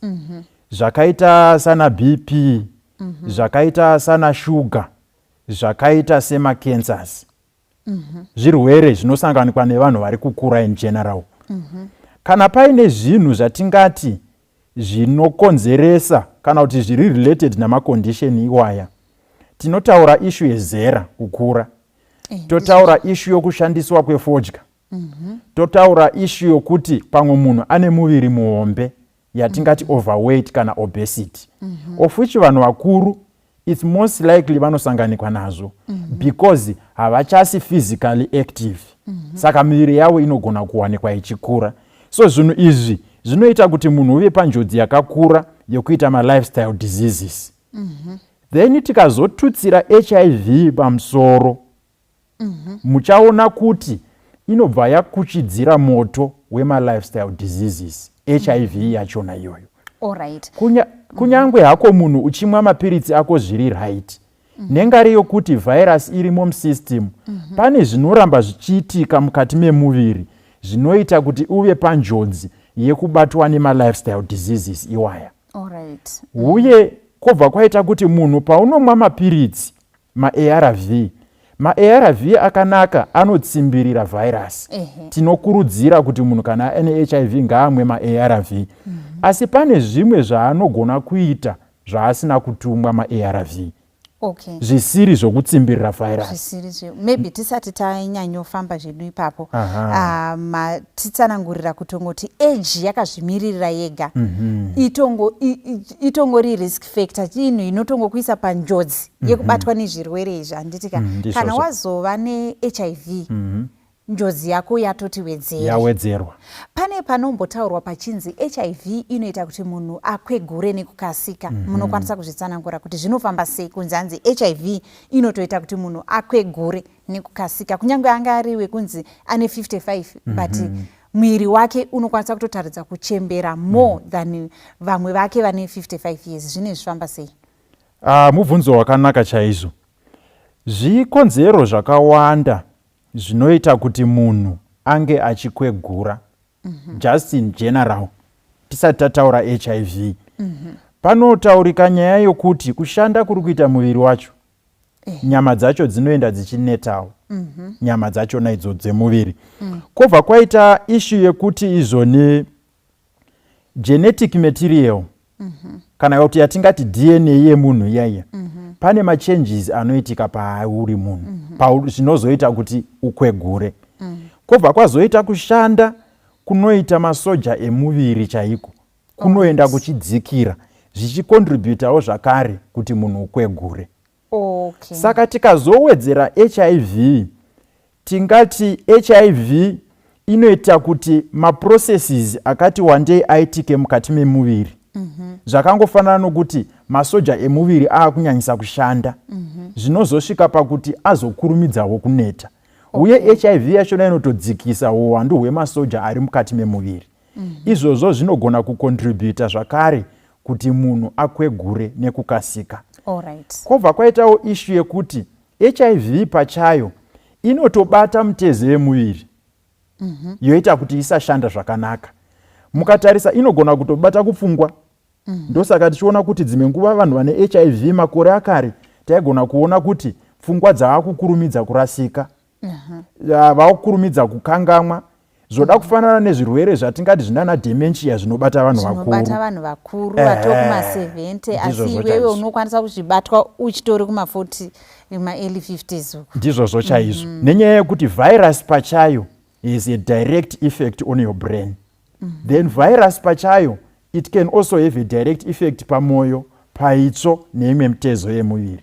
So izvozvo zvinogona kukontributa kuti mitezo yemuviri ikurumidze kuneta, munhu wobva wakurumidza kukura. Saka virus inoita kuti mwiri wako ukurumidze kukura, nokudaro zvinobva zvakuwedzera riski yako yezvirwere zvinouya nekuda kwezera. Ndizvozvo chaizvo. Saka ngatimbobata zvirwere izvi zvinouya nekuda kwezera. Mabata panyaya yekuti virus inokwanisa kutobata moyo wako. Tichibata zvirwere zvemoyo nemunhu ane HIV zvinofamba sei? Munokwanisa kuti tsanangurira ipapo. Kana tichibata zvirwere zvemoyo neHIV, ndatingoti zvirwere zvemoyo netsinga dzinofambisa ropa. Ndozvandandi kutofunga kuti ngative tangoisa nezvetsinga zvacho. Tikatarisa HIV pachayo, tati it can have a direct effect pamoyo. Zvekuti vamwe vanhu vaitoita moyo yakazvimba nokuda kweHIV, yatinoti muchirungu cardiomyopathy, kavhebhu kakasimbaka. But basically tiri kungoti HIV iri kuafekta moyo zvekuti hauchashandi zvakanaka, nyama dzemoyo hadzichapombi zvakanaka. Dzimwe nguva yaigona kutosvika mazuva achona kazhinji kacho kutokonzera yatinoti heart failure. Kuti moyo hauchapambi zvakanaka, mvura yakuungana mukati memuviri. Kobva kwaita kuti mapiritsi anoshandiswa kurapa HIV, tati mapiritsi akanaka, ngatipabate zvakanaka ipapo. Asi pane zvimwe zvaanogona kuzoita zvaasina kutumwa. Pane mamwe mapiritsi anogona kunobata kumashandiro anoita moyo.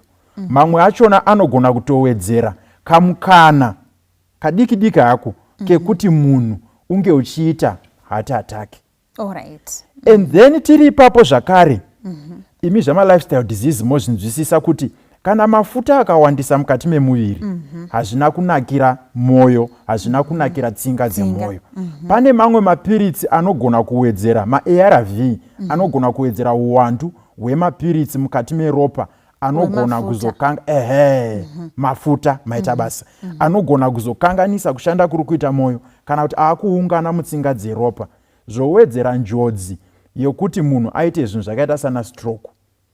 Nekuti mukatarira kana mafuta achinge aungana mukati metsinga yeropa akaungana zvorova kuti pofamba neropa pava padiki. Ndizvozvo. Tikatarira kuna Leviticus inotaura ichiti the life of an animal is in the blood. So kwese kuri kusvika ropa kune upenyu, asi kana tsinga yazovharika nemafuta ropa harichapfuuri, kureva kuti kusingasviki ropa uku kwava kufa, zvogona kukonzera stroke, zvogona kukonzera heart attack. Alright. Saka zvinoreva here kuti munhu anokwanisa kutobva aita BP nekuda kwekuti kana tsinga dzichinge dzavharwa, BP kuvanhu vane HIV inokwanisa kukwira here? Chirwere cheBP nevanhu vane HIV ndingada kuchitsanangura ndakadai. Tiri kutaura nezvevanhu vari kukura vane chirwere cheHIV. Tati kwagara kunongotori nezvinowedzera mukana wokuti uite BP. Handitika maybe izvozvo ndogona mbozvisiya sezvo mati timbotaura about HIV nechirwere cheBP papapa. Pane mamwe mapiritsi eHIV anogona kuwedzera kukura kwomunhu kana weight yemunhu. Karipo kapiritsi katiri kushandisa mazuva ano kanonzi DTG. Kakanaka kapiritsi ikako kanonyanyisa kubata virus, kanonyanyisa kumwika zvakanaka. But zvimwe zvezvinhu zvinoitwa nekapiritsi kanonzi DTG kanokonzera kuti munhu againe weight. Alright. Saka kana munhu achinge againa weight, izvozvo zvinogona kumuisa panjodzi yekuti achibatwa neBP. Alright. Saka togona kuti ka-ARV kaya kanonzi DTG in an indirect way kakonzera weight gain wawakuita BP, high blood pressure. Uye dzimwe tsvakurudzo dzakaitwa dzinoratidza kuti vanhu vane BP vazhinji vanoputa, vane HIV vazhinji vanoputa. Ofuchi kana munhu achiputa, riski yako munhu yokuti unge uchibatwa nechirwere cheBP yakura. Zoenda futi zvimwe chetezvo nedoro. Vanhu vanorapiwa chirwere cheHIV vazhinji vacho vanomwa doro zvakare. So zvinovaisa panjodzi yekuti vange vachibatwa nechirwere cheBP. Saka zvino munhu oita sei pakuti iyo uri kuda kusapresa virus, ndaisapresa neDTG yandiri kunwai, asi zvakundimutsirawo zvakare zvimwe zvirwere, pamwe ndakutozopiwa futi mamapiritsi eBP ndakuzotutsira, pangafambiswa sei? How do we balance? Mubvunzo wakanaka. Nokuti vamwe vateereri vedu vangatosvika pakuti ndaakusiya ma-ARV. Ofuche isu tiri kuti pachirongwa chino hatisi kukurudzira zvinhu zvakadaro. Ma-ARV akanaka, pamwe ndo hatisvitsa pari nhasi achisapuresa virus. Hongutoziva kuti upenyu hwedu huri mumaoko aMwari. But toti mapiritsi aya ari kubatsira kusapuresa virus kuti masoja edu emuviri arambe achishanda zvakanaka. Panenge pava kuda kuti tidzidze kugarisana nemapiritsi acho pamwe ari kukonzera weight. Pane zvimwe zvinhu zvatinogona kuchinja mukati meupenyu hwedu. Sekuti tataura kuti zvirwere izvi ma-lifestyle diseases. So tiri kuti zvirwere zviri kuunzwa nemararamiro atiri kuita. Sekuti tikatarisa chirwere cheBP, tinoziva kuti kana munhu uchidya souti yakawanda, munhu une muviri wakati kurei, munhu uri kuti unomwa, unoputa, hausi kuitawo ma-exercise, njodzi yakakura yekuita BP. Saka tiri kuti izvi zvimwe zvinhu zvese zvandataura izvi zviri associated neBP, pane zvatinogona kuita kuti zvisavapo. But maybe ka-ARV akatoda kuramba tichikamwa, hatikabvisi aka. Ngatichi-maximizer kwatinogona kuchinja. Kuti ndiri kumwa kapiritsi kangu aka ka-DTG ndokuziva kuti kanokonzera weight gain, ndaakumuka ndichimhanya, ndichitawo exercise. Kana kuti ndaakuita skipping rope ndiri mumbaiko zvino kune lockdown, pamwe unoti kumhanya zvinonetsa. Kana kuti muyadhi mangu momo ndaakungowanawo something chokuita, ndaakutamba bhora nevana. But ringoti exercise inobatsira kukontrola weight, inobatsira kudzikisa bp zvakare. But panyaya yeweight hamutooni here kuti dzimwe nguva nepamakore adarika aya vanhu vaingoona kana munhu aluza weight vanhu taibva tatoita ana chiremba vekudzimba tobva tatongokudhagnosa kuti uyu neweight loss yake yaHIV. Zvino hamutooni here kuti kana tiine piritsi iri kugainesa vanhu weight tinobva tatodekara kuti zviri nani hangu ndigaine weight iyoyo topa balansa sei apa kuzomwe munhu anotofunga kuti weight yacho itori beta pane kuti ndizonzi nevanhu ndaonda vanhu vagara vanongotika kuti kana waonda kurwara. Ipoint yakanakisa Dr. Mbiriri yamataura. Nekuti mukatotarisa in our African culture, our weight is our pride. Kana kuri kuti munhu uonekwe kuti wabudirira, weight inofanira kuwedzera. And then pamberi apa panofanira kuonekwawo kadinai katumbu. Kana ari mudzimai wochero akaroorwa, vana mai kuti vati mukwambo uri kuchengeta, vanoda kuonawo muvana wavo achikukumuka. Asi point yandoda kuti tibate ndeyekuti weight yakawanda haina kutinakira. Hongu vanhu vanogona kuda kudiagnosa kuti izoni uyu munhu adzikira muviri ane HIV. HIV haionekwi nemaziso. Pamwe pacho tinenge titori wrong chiti munhu ane HIV iye asitorina. Saka tiri kuti hongu kugaina weight kwakanaka kana munhu wanga wamborwara waluza weight yakawandisa. But hauchafaniri kupfurikidzisa mwero wokuti ugaine weight. Apa ndo patinozoshandisa zviya zvinana body mass index. Zvokuti tiri kutarisa uremu hwedu versus height yedu.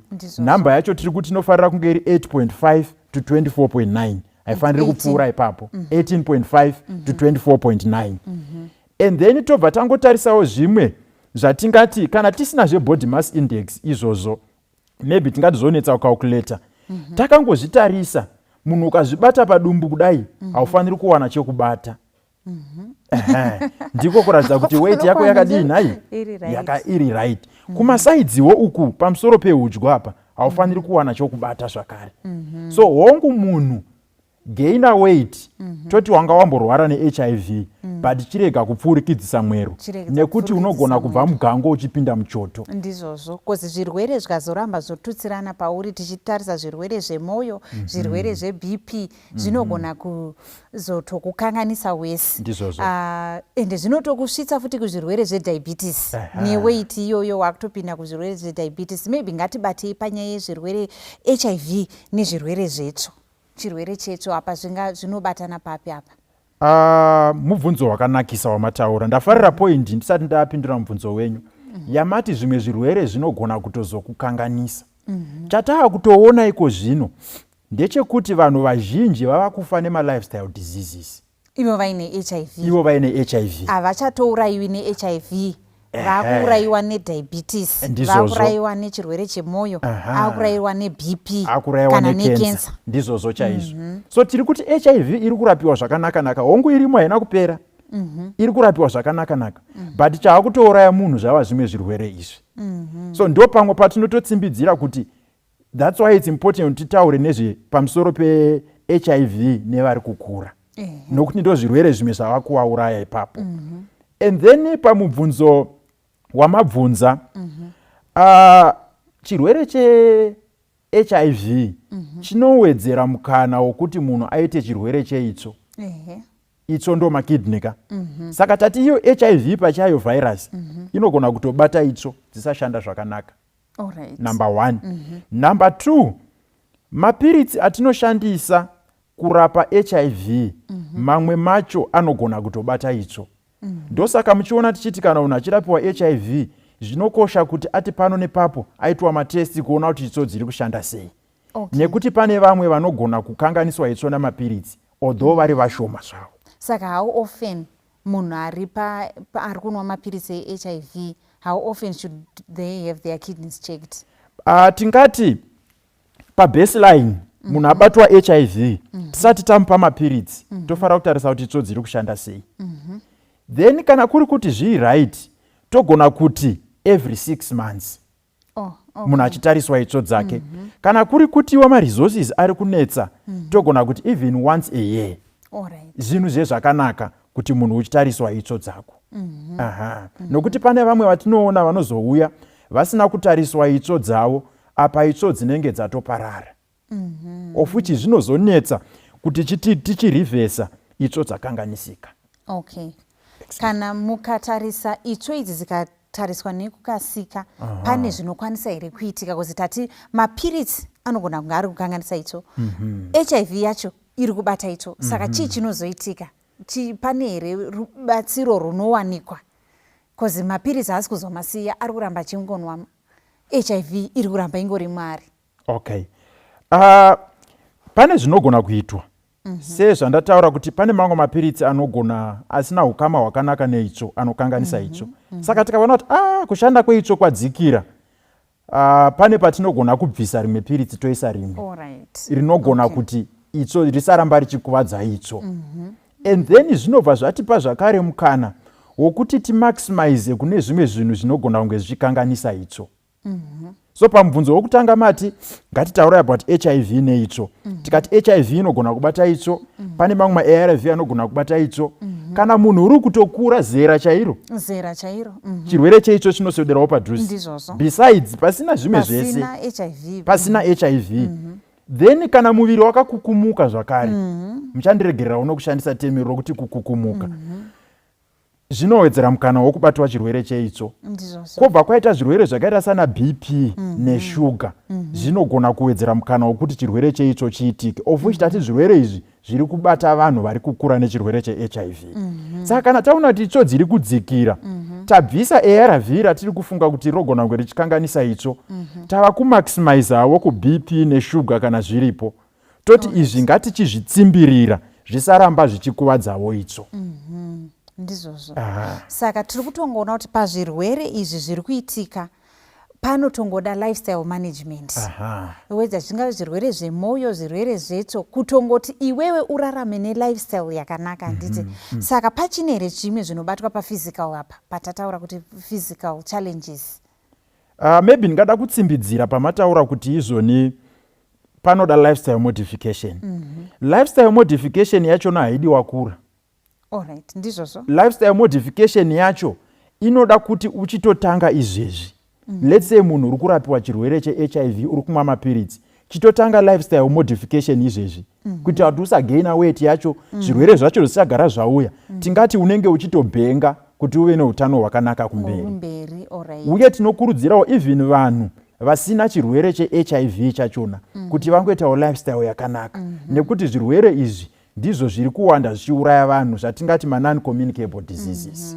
Ma-non-communicable diseases ari kutouraya vanhu zvakanyanya kudarika HIV yacho. Saka zvakangonaka kuti munhu gara uchingo-exercise 30 minutes dzatinotaura pa at least 5 times in a week exercise. Kudya zvakanaka, usingadyi zvinhu zvine mafuta akawanda, usingadyi zvinhu zvine sauti yakawanda kana shuga yakawanda. Chingoita zvinhu izvozvo, whether uine chirwere kana kuti usina, whether wabatwa nechirwere uchiri wechidiki kana kuti munhu wese ngatingogonai kurarama zvakanaka. Tochienda pama-social challenges.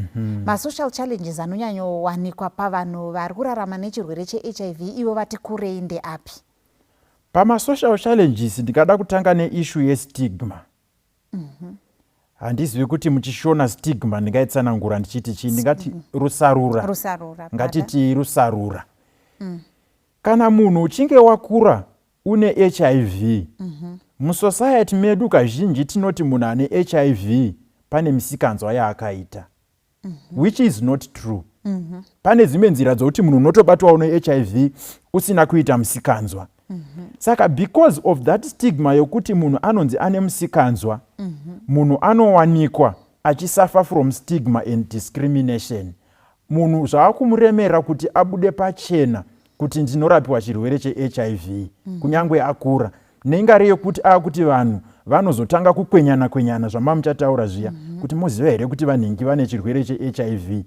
Ende kungofamba munhu chingotaurwa kudaro hachisi chinhu chakanaka.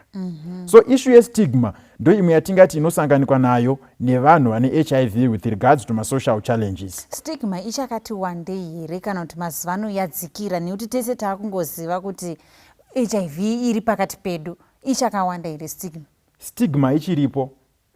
Kunyangwe tava kuziva kuti HIV iri pakati pedu.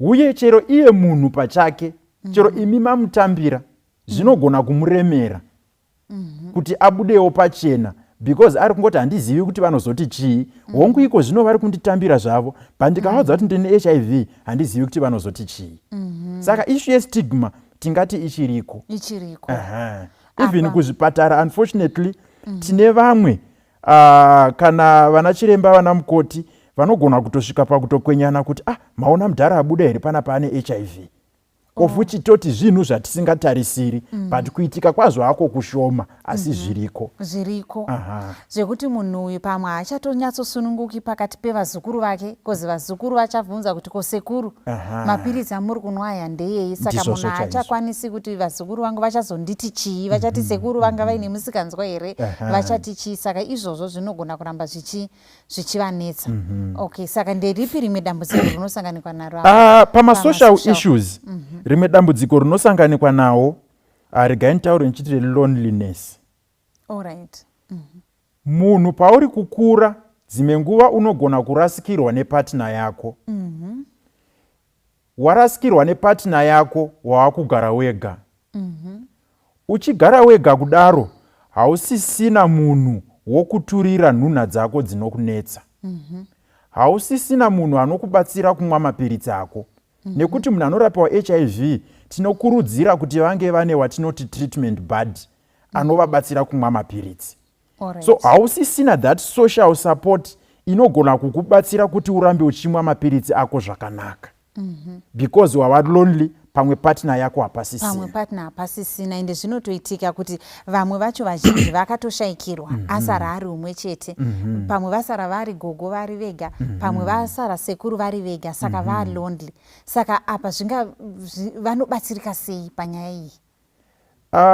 Kubatsirika kungaita vanhu ava ndopotsvaka kuti sema communities ngatichitsvakai vatana vedu ivavo toona kuti tingavabatsira sei. Mukati menyika yedu tina zvakawanda zvema old people's homes, vanhu vanongoramba varimo mucommunity. So zvava kutsvaka kuti isu semakristu titsvakewo kubatsira munhu uyu, kungava kumuendesa kuchipatara kuti anoonekwa anotora mapiritsi ake atestwe so zvatichataura zviya kana kuti kutovasapota kuti mamwa mapiritsi enyu gogo here, mamwa mapiritsi enyu here sekuru. Uye nekungotovaitirawo mamwe mabasa sokuti dzimwe nguva vaneta havachakwanisi kuita basa, muviri nyama yako enda ichineta, tovabatsirawo kuita mabasa ivavo. Imwe nguva zvinongotsvaka kungoti munhu ungoenda ungonotaura navo nyaya chaiko pasina zvawaita, vanotofilawo kuti vanhu vari kuuya pano vachitaura neni zvoreva kuti ndichiri munhu, chero ndine HIV yangu ndakadai so asi vanhu vachiri kundikoshesa ndichiri munhu. So dzimwe nguva togona kuti hatina zvimwe zvatiinazvo asi nguva chaiyo yekutaura navo, kungoona kuti vari kumwa mapiritsi avo zvakanaka here, tichivanzwisisa zvinogona kuvabatsira.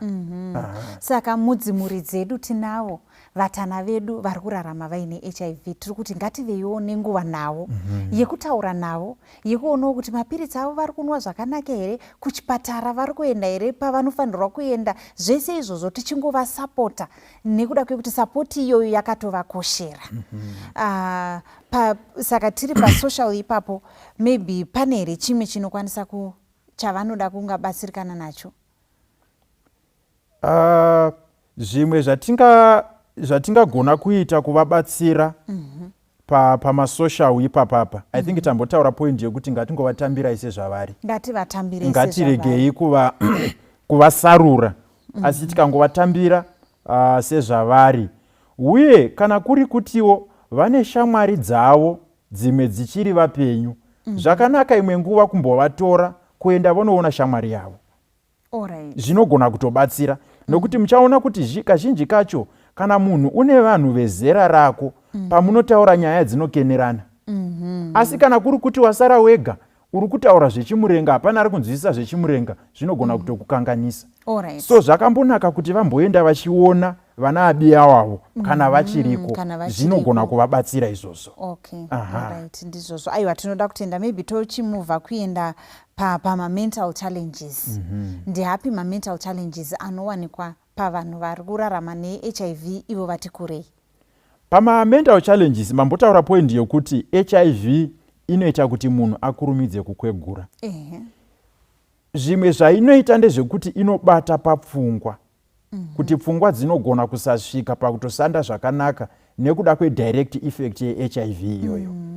Saka panogona kuita zvimwe zvirwere zvinouya nokuda kwevhairasi iri kubata pfungwa, zvakada kufanana nezvirwere zvinoitwa nevanhu vakura, zvakaita sokukangamwa, ndechimwe chinhu chachona. Zoita even kana kufamba chaiko chaiko, munhu anogona kupedzisira akungoita zviri slow, haachakwanisi kunyaso kufamba zvakanaka, haachakwanisi kunyaso kufunga zviri fast sezvaaisimboita, nekuda kwokuti vhairasi yacho inenge yabata brain iyoyo. So ndo zvimwe zvinhu zvavanogona kusangana nazvo. Then imwe chavanogona kusangana nacho ndeyatinoti depression. Nokuti munhu agara achimwa mapiritsi kwenguva yakareba, pamwe toti amwa mapiritsi kwemakore 30. For 30 years. Makore 30 haisi nguva yekutamba nayo. Zvinogona kupedzisira zvakutomustressawo kuti upenyu hwemapiritsi uhu, upenyu hwemapiritsi. Every time ndofarira kurangarira kumwa mapiritsi, pandinoshanya ndofarira kurangarira kupfeka mapiritsi angu. So muchaona kuti chirwere chedepression chinogona kuuya ipapo. Saka ndo chimwe chezvirwere chinogona kupedzisira chatovabata. Vakawanda here vari kubatwa depression pamazera iwawa nevari kunwa mapiritsi? Pachirwere chedepression, according to evidence, inoratidza kuti prevalence yedepression muvanhu vane HIV in general, it's about 20 to 40%. Yakatokura. Yakakura chaizvo. Yakakura kudaro, kazhinji kacho haidiagnoswi kana kuti haibatwi. So kureva kuti chirwere chedepression chiriko, chiri kutiona, asi isu hatisi kuchiona. Saka kana zvadaro pava nedambudziko, nokuti kana tisina kuchiona, zoreva kuti hatichakwanisi kuchiadresa, nokuti tiri kuti hachipo, icho chiripo tisina kuchiona. So tingati muchirungu, there is underdiagnosis of depression among people living with HIV. Saka vangabatsirika sei vanhu vari kurarama neHIV ava vaine depression pamwe hatisiri kutoziva? Vanokwanisa kuwana rubetsero rwakaita sei? Zvimwe zvacho zvava kutotsvaka kuti vanhu vachona tiende navo vanoona vanhu vakaita semaprofessional counselors. Vambowana nguva yekutaura namaprofessional counselors. Unokuti ava maprofessional counselors, mapsychologist, vane unyanzvi neudobi-dobi wokukwanisa kuona kuti panapa panenge pane depression. So tingati vanhu vakuru ava vanoda kumbopota vachiendawo vachionekwa nemacounselors, even nemachiremba atinoti mapsychiatrist, kana kuri kuti pane need yakaita seizvozvo. Saka kuti tizoona kuti pane need, zvii zvandinenge ndaona? Kozi dzimwe nguva idzi tiri kuti gogo vari kunwa mapiritsi avo, ende pamwe pacho tiri kuona kuti pamwe gogo vari kukanganwa, vari kungotaurisa kana kuti vari kungoita sei. Isusu tongoti zviri kungouya nezera. Tinozvidiagnose, tingazviona sei kuti tizoenda navo kunana chiremba? Kozi isusu dzimwe nguva sevanhu vatema hatina kutojaira kungoenda kwapsychologist zvekudaro. Izvozvo zvinotsvaka kuti unge uchiziva munhu. Zvatataura kumashure zviya kuti kana uri kuti uri kuspenda nguva nemunhu, unenge wava kuziva munhu mashandiro ake. Tiri kuzvibata handiti? So maakuziva kuti gogo munhu anotaura, munhu akasununguka. Then all of a sudden maakuona gogo havachadi zvekutaura, gogo havachadi zvokufamba nevamwe, vava kuda kungogara vari vega, pamwe vakangozvivharira mumba, behavior yavo yachinja. Tinogona kunge tisina unyanzvi hwokuona kuti hii depression, but I would say any deviation in behavior yemunhu zvinotsvaka kuti tinge tichitsvaka rubatsiro tione kuti chii chiri kuitika. Uye kungotiwo even pasina deviation yebehavior, zvakangotozvikurudzira honga zviiti sevanhu vatema, but zvakangonakawo kuti munhu ava nenguva achimwa mapiritsi angowanawo nguva yokutaura napsychologist, kana kuti nacounselor, kana kuti angava nanesi wake ari kumuona. Maakungobvunzawo kuti saka pane zvinokunetsa here? Mukatarisa kazhinji kacho muchaona kuti vanhu vakuru havatauri kana pane zvinovanetsa. because vanoti handidi kupa vanhu maproblems, regai ndigare nezvinhu zvangu. Saka imwe nguva ukasatobvunza zvinhu zvacho hazvibudi. Asi ukagara navo wobvunza, pane zviri kunetsa here zvandinogona kukubatsirai nazvo, vanogona kutanga uchiramba, but ukaramba uchibvunza unonzwa zvichibuda. Saka zvakangokosha kuti kana tine vadikani vedu vane nguva vachinwa mapiritsi ma-ARV, ngatingowawanisawo nguva yekungonotaura nacounselor, ngatingovawanisai nguva yekunotaura napsychologist. Aiwa, ipapo tinoda kutenda maybe tochimuvha kuenda pama-economic challenges. Ndeapi ma-economic challenges anobva anyanyonzi ari unique kuvanhu vane HIV vati kurei? Tikatarisa ma-economic challenges, toti pamwe munhu apfuura 65, munhu haachasi kuenda kubasa. Pamwe penjeni yachona iri kuuya chiri chitsvati. Munhu haasisina simba rokuti arambe achishanda. Kana kuti vamwe vanomuriritira vachona pamwe zvakavaomerawo. Then tiri kuti munhu anoda kuti arambe achienda kuchipatara, achinoonekwa, achiitwa matest aye kuona zvinhu zviri kufamba zvakanaka here, achitora mapiritsi, zvinoda mari yebhasi. Kobva kwaita kuti tati pane zvimwe zvirwere zvinouya pamusoro zvakaita sana BP, zvakaita sana shuga, izvozvo zvichada kutengerwa mapiritsi zvakare. Zvichida kutengerwa mapiritsi, zvichada kuti munhu urambe uchienda uchinoona vana mazvikokota vanokubatsira nezvezvirwere zvezvimwe izvi zvisiri HIV. So ipapa panenge paakubuda tingati mari yakawanda, apa iye munhu wachona mari yavashoma. Ndosaka tichizoona dzimwe nguva munhu anogona kupedzisira ava kumwa ma-ARV chete, mamwe eBP anobva aasiya, nokuti ma-ARV pamwe ari kuawana pachena, eBP aya ari kuda kutenga, obva aasiya. Zvobva zvasvika padambudziko rokuti ndizvo zvava kuvauraya zviya. Saka tikati ndio mamwe ma-economic challenges avanogona kusangana nawo. Uye iyo mishonga yachona inenge ichirapa zvimwe zvinhu izvi inoda mari yakati wandei. Kana kuri kuti dzimwe nguva munhu arwara, aenda muchipatara, pamwe toti aita stroke, anoda skani yemumusoro, skani yacho pamwe dzimwe nguva inoda $150 US. Haana mari yachona. Haana mari. Saka zvinobva zvatotutsira burden iri pamunhu. Munhu ati kwegurei, haachaendi kubasa, ane zvimwe zvirwere zviri kuda mari zvekuti zvirapwe. Saka matambudziko aya zvinova batsirika sei apa, kozi munhu uyu haachatoendi kubasa, kapenjeni kake kainako kadiki. Pamwe vamwe vacho havana kumbobvira vashanda, ndigogo vasina kumbobvira vaenda kubasa. Pangabatsirika sei ipapa? Ya, ipapo panotinetsei. Tingati pane challenge ipapo. But tinogona kutangira pakuti iye munhu asati asvika pakuritaya kwachona, munhu ngaachitawo plan. Regai nditangire ipapo. So that munhu paunozosvika pakuti hausisina simba rokushanda, une something chauinacho chinogona kuramba chichikubatsira uye chichikupa mari. Chinenge chakaita seichi, muri kuona kutoti vanhu vari kuenda kumabasa mazuvano vazhinji tiri kutongotambura. Saka ndinozochisa kamwe kamari pasaidi, ndagara ndikutobatirwa mari dzepensheni dzenasa kana dzechi, zvinozokwanisika sei kuisa kamari pasaidi apa? Iyi ikurudziro yakanaka yamuri kutaura, ende ikurudziro yakatokoshesesa, nekuti tiri kuti kana uri munhu ari kurarama nechirwere cheHIV, usati watosvika pakukwegura, ziva kuti kumberuko kunogona kuzoita matambudziko achada mari yakawanda. Saka gara waprepare for that. But tongoti anga prepare sei? Pakuprepare ipapapa handisi hangu mazvikokota mune zvemaprojects izvi.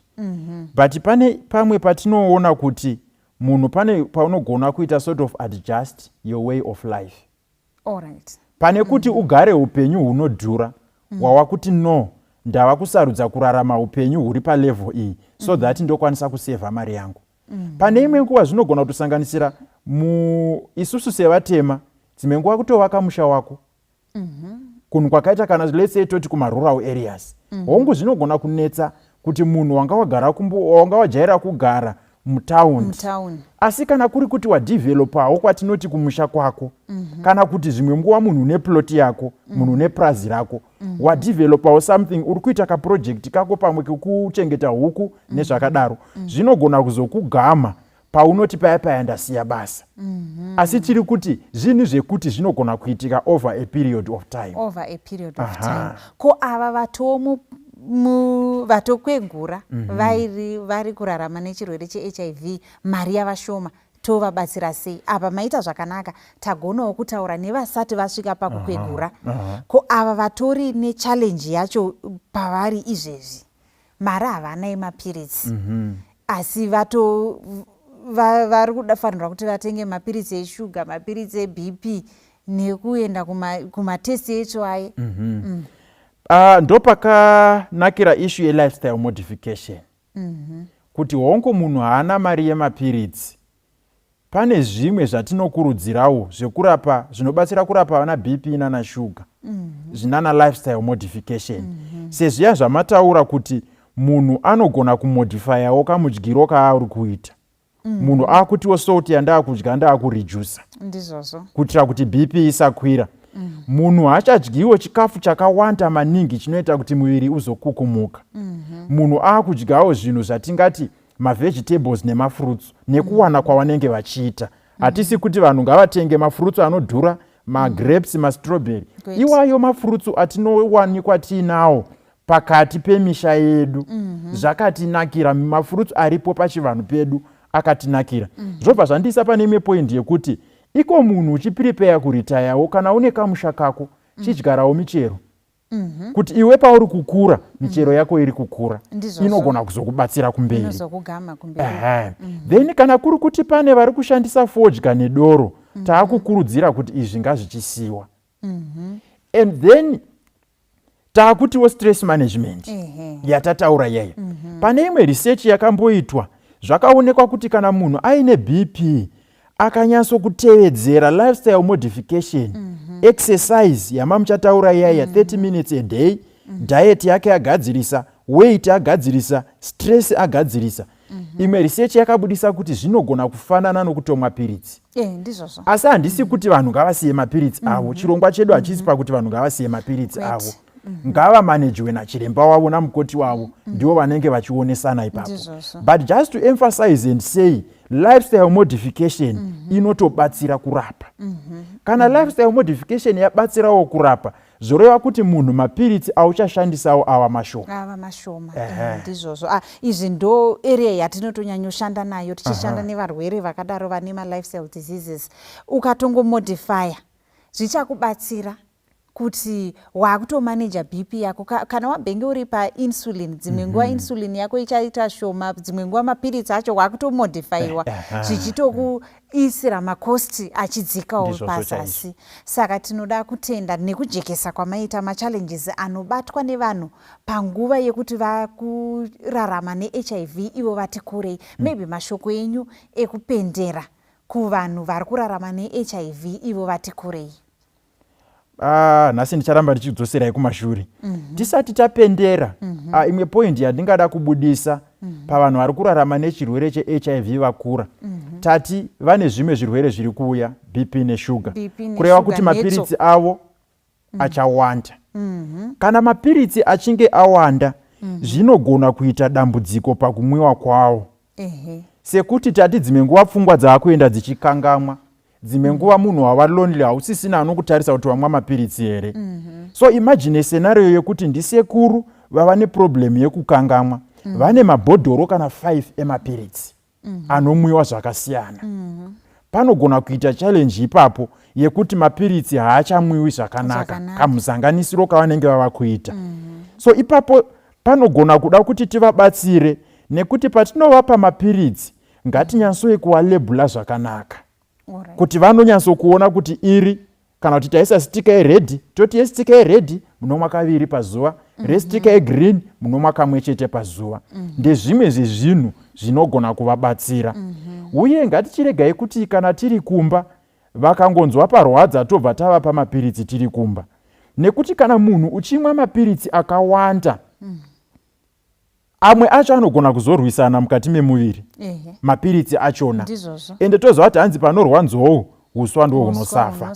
Saka zvinokosha kuti tinge tichinyatsokuongorora kuti mapiritsi avo avari kumwa zvakanaka, haasi kurwisana mapiritsi avo. ndo zvimwe zvezvinhu zvatingati challenge yavanosangana nayo yekuti mapiritsi awanda kumwiwa kwavo kunogona kuita problem. Ndizvozvo saka I think muri kuti emphasizira nyaya yesocial support. Kana tiri kutogara muri medu tine umwe munhu, tina gogo, tina sekuru vari kurarama nechirwere cheHIV, pamusoro pazvo vane zvimwe zvirwere zvinotoreva kuti vanoda support yedu yakasimba.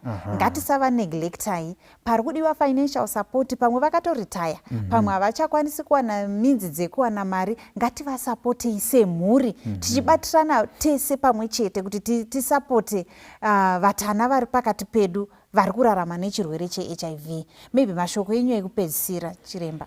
Mashoko ekupedzisira ndingada kutaura kuti kukwegura kuri kuita vanhu kana kuti kukura kuri kuita vanhu vane chirwere cheHIV chichirapiwa inyuzi dzakanaka.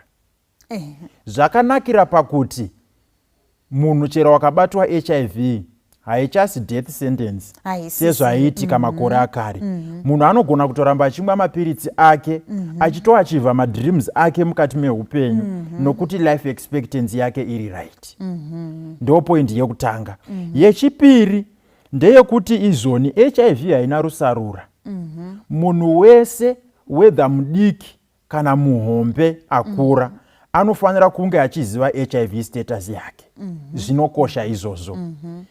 Then tobva taenda papoint yekuti munhu paari kukura aine chirwere cheHIV tingati ane njodzi yati kurei yekubatwa nema-lifestyle diseases. Naizvozvo ngatichikurumidza kuita lifestyle modification kuitira kuti zvirwere izvi zvisakurumidza kutibata kana kuti zvisatibata zvachose.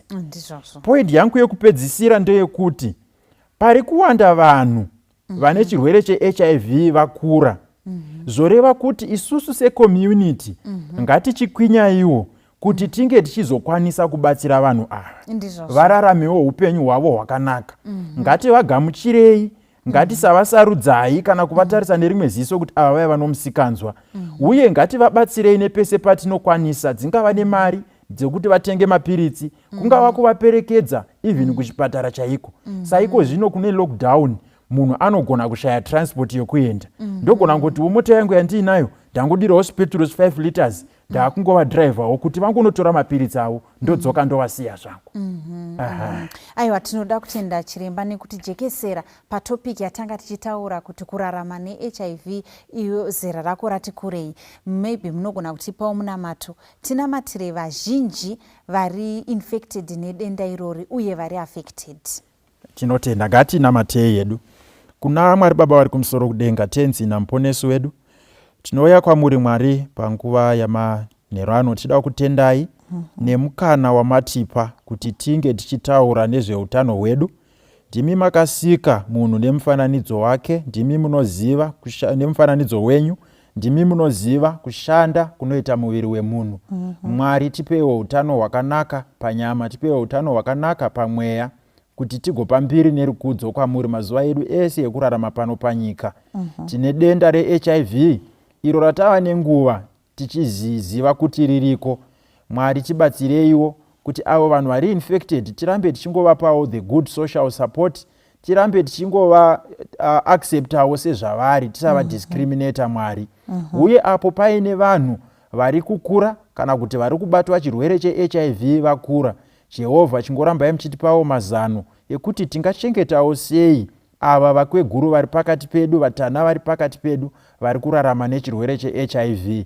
Zvikuru sei pavanosangana namatambudziko akasiyana siyana atataura pano.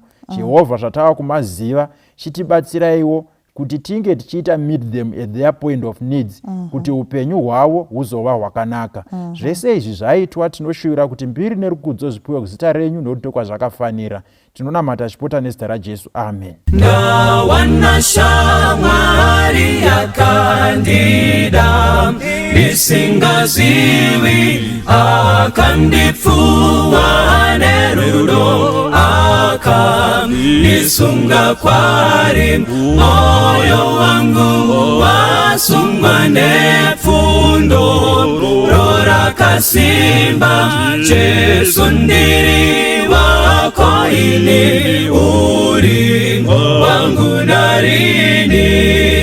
Ndawana shamwari shamwari yakandifira andi upenyu bachete asi akazvipira zvendinazvo handi zvangu ndaka muchengetera moyo simba upenyu zvese zvake narini ndawana shamwari akapiwa masimba ese kundichengeta munzira inoenda kudenga mbiri iri kupenya yokuti indisimbise ngandirinde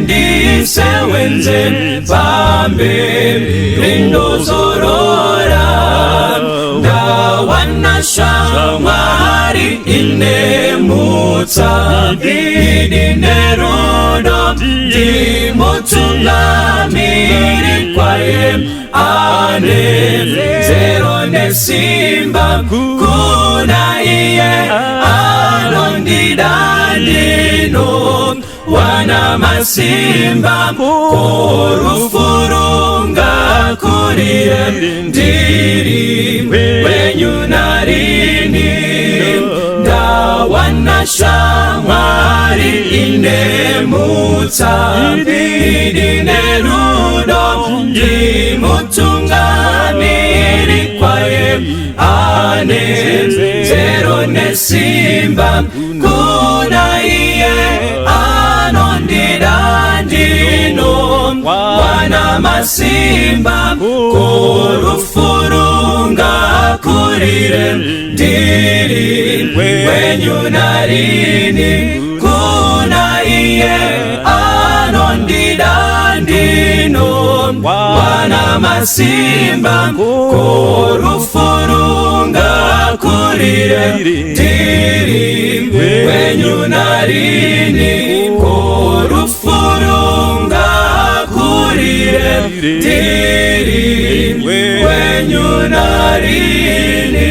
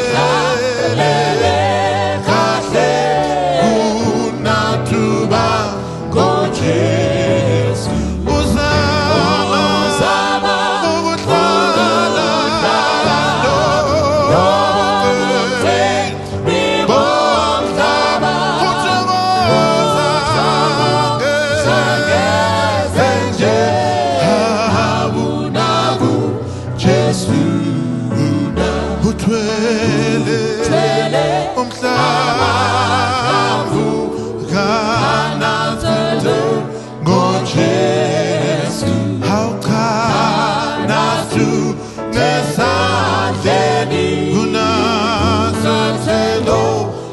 Jesu. When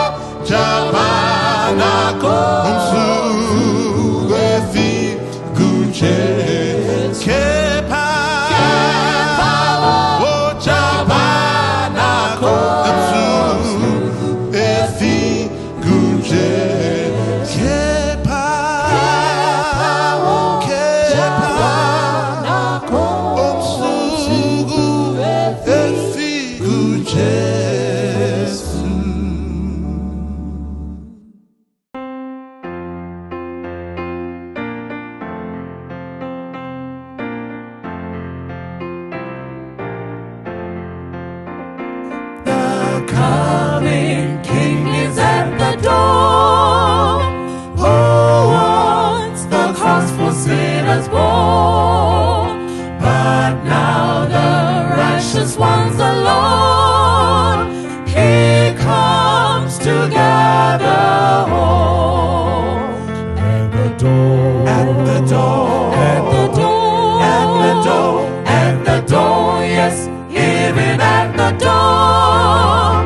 He's coming, He's coming, is even at the door.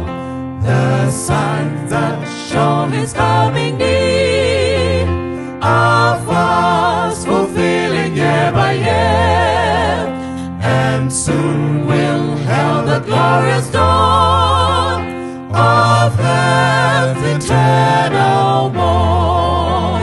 At the door, at the door, at the door, at the door, at the door, yes, even at the door. He's coming, He's coming, is even at the door. Look not on earth for strife to cease, look not below for joy and cease, until the Savior comes again to banish death and sin. At the door, at the door, at the door, at the door, at the door, yes, even at the door. He's coming, He's coming, is even at the door.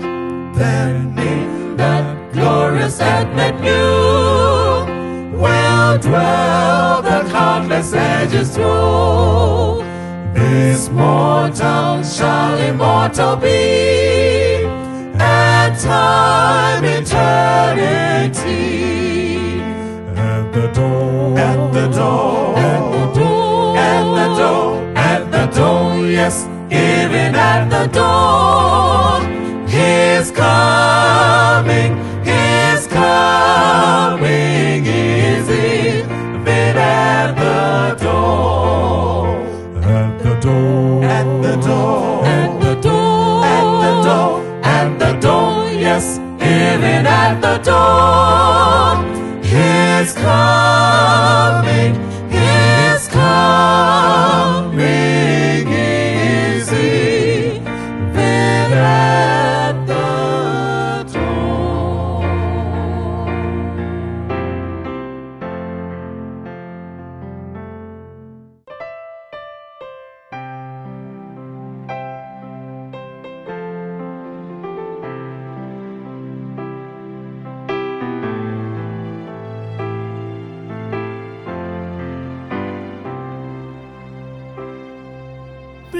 blessed assurance,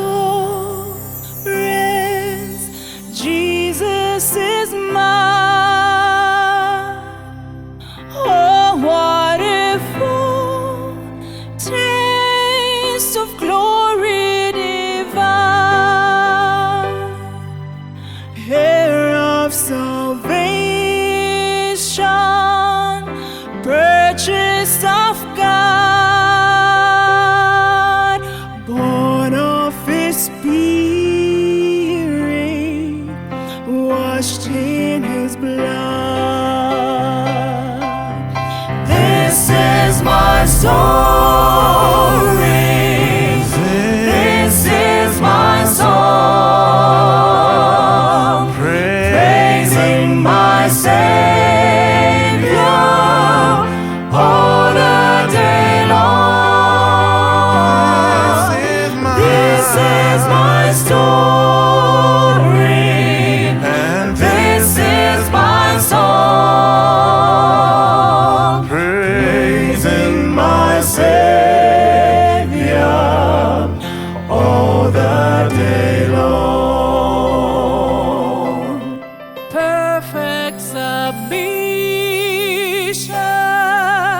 perfect delight,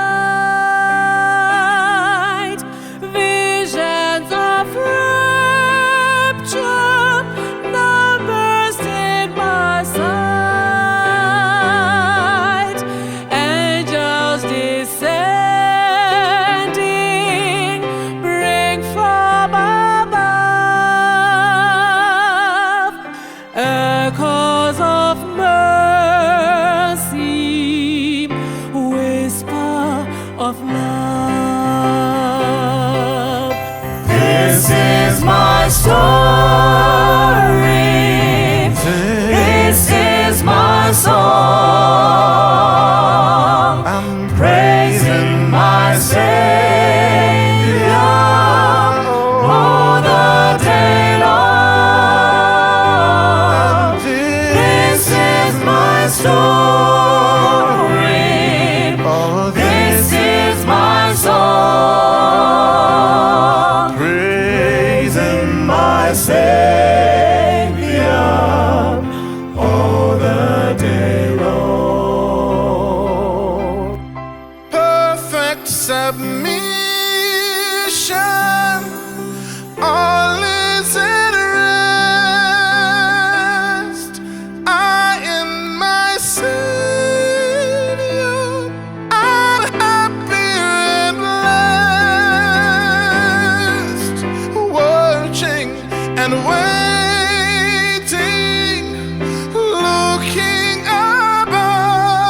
above, filled with His goodness, lost in His love. This is my story. This is my song, praising my Savior and all the day long. This is my story. This is my song, praising my Savior and all the day long. This is my story. This is my song, praising my Savior and all the day long. This is my story. This is my song, praising my Savior and all the day long, praising my Savior all the day long, praising my Savior all the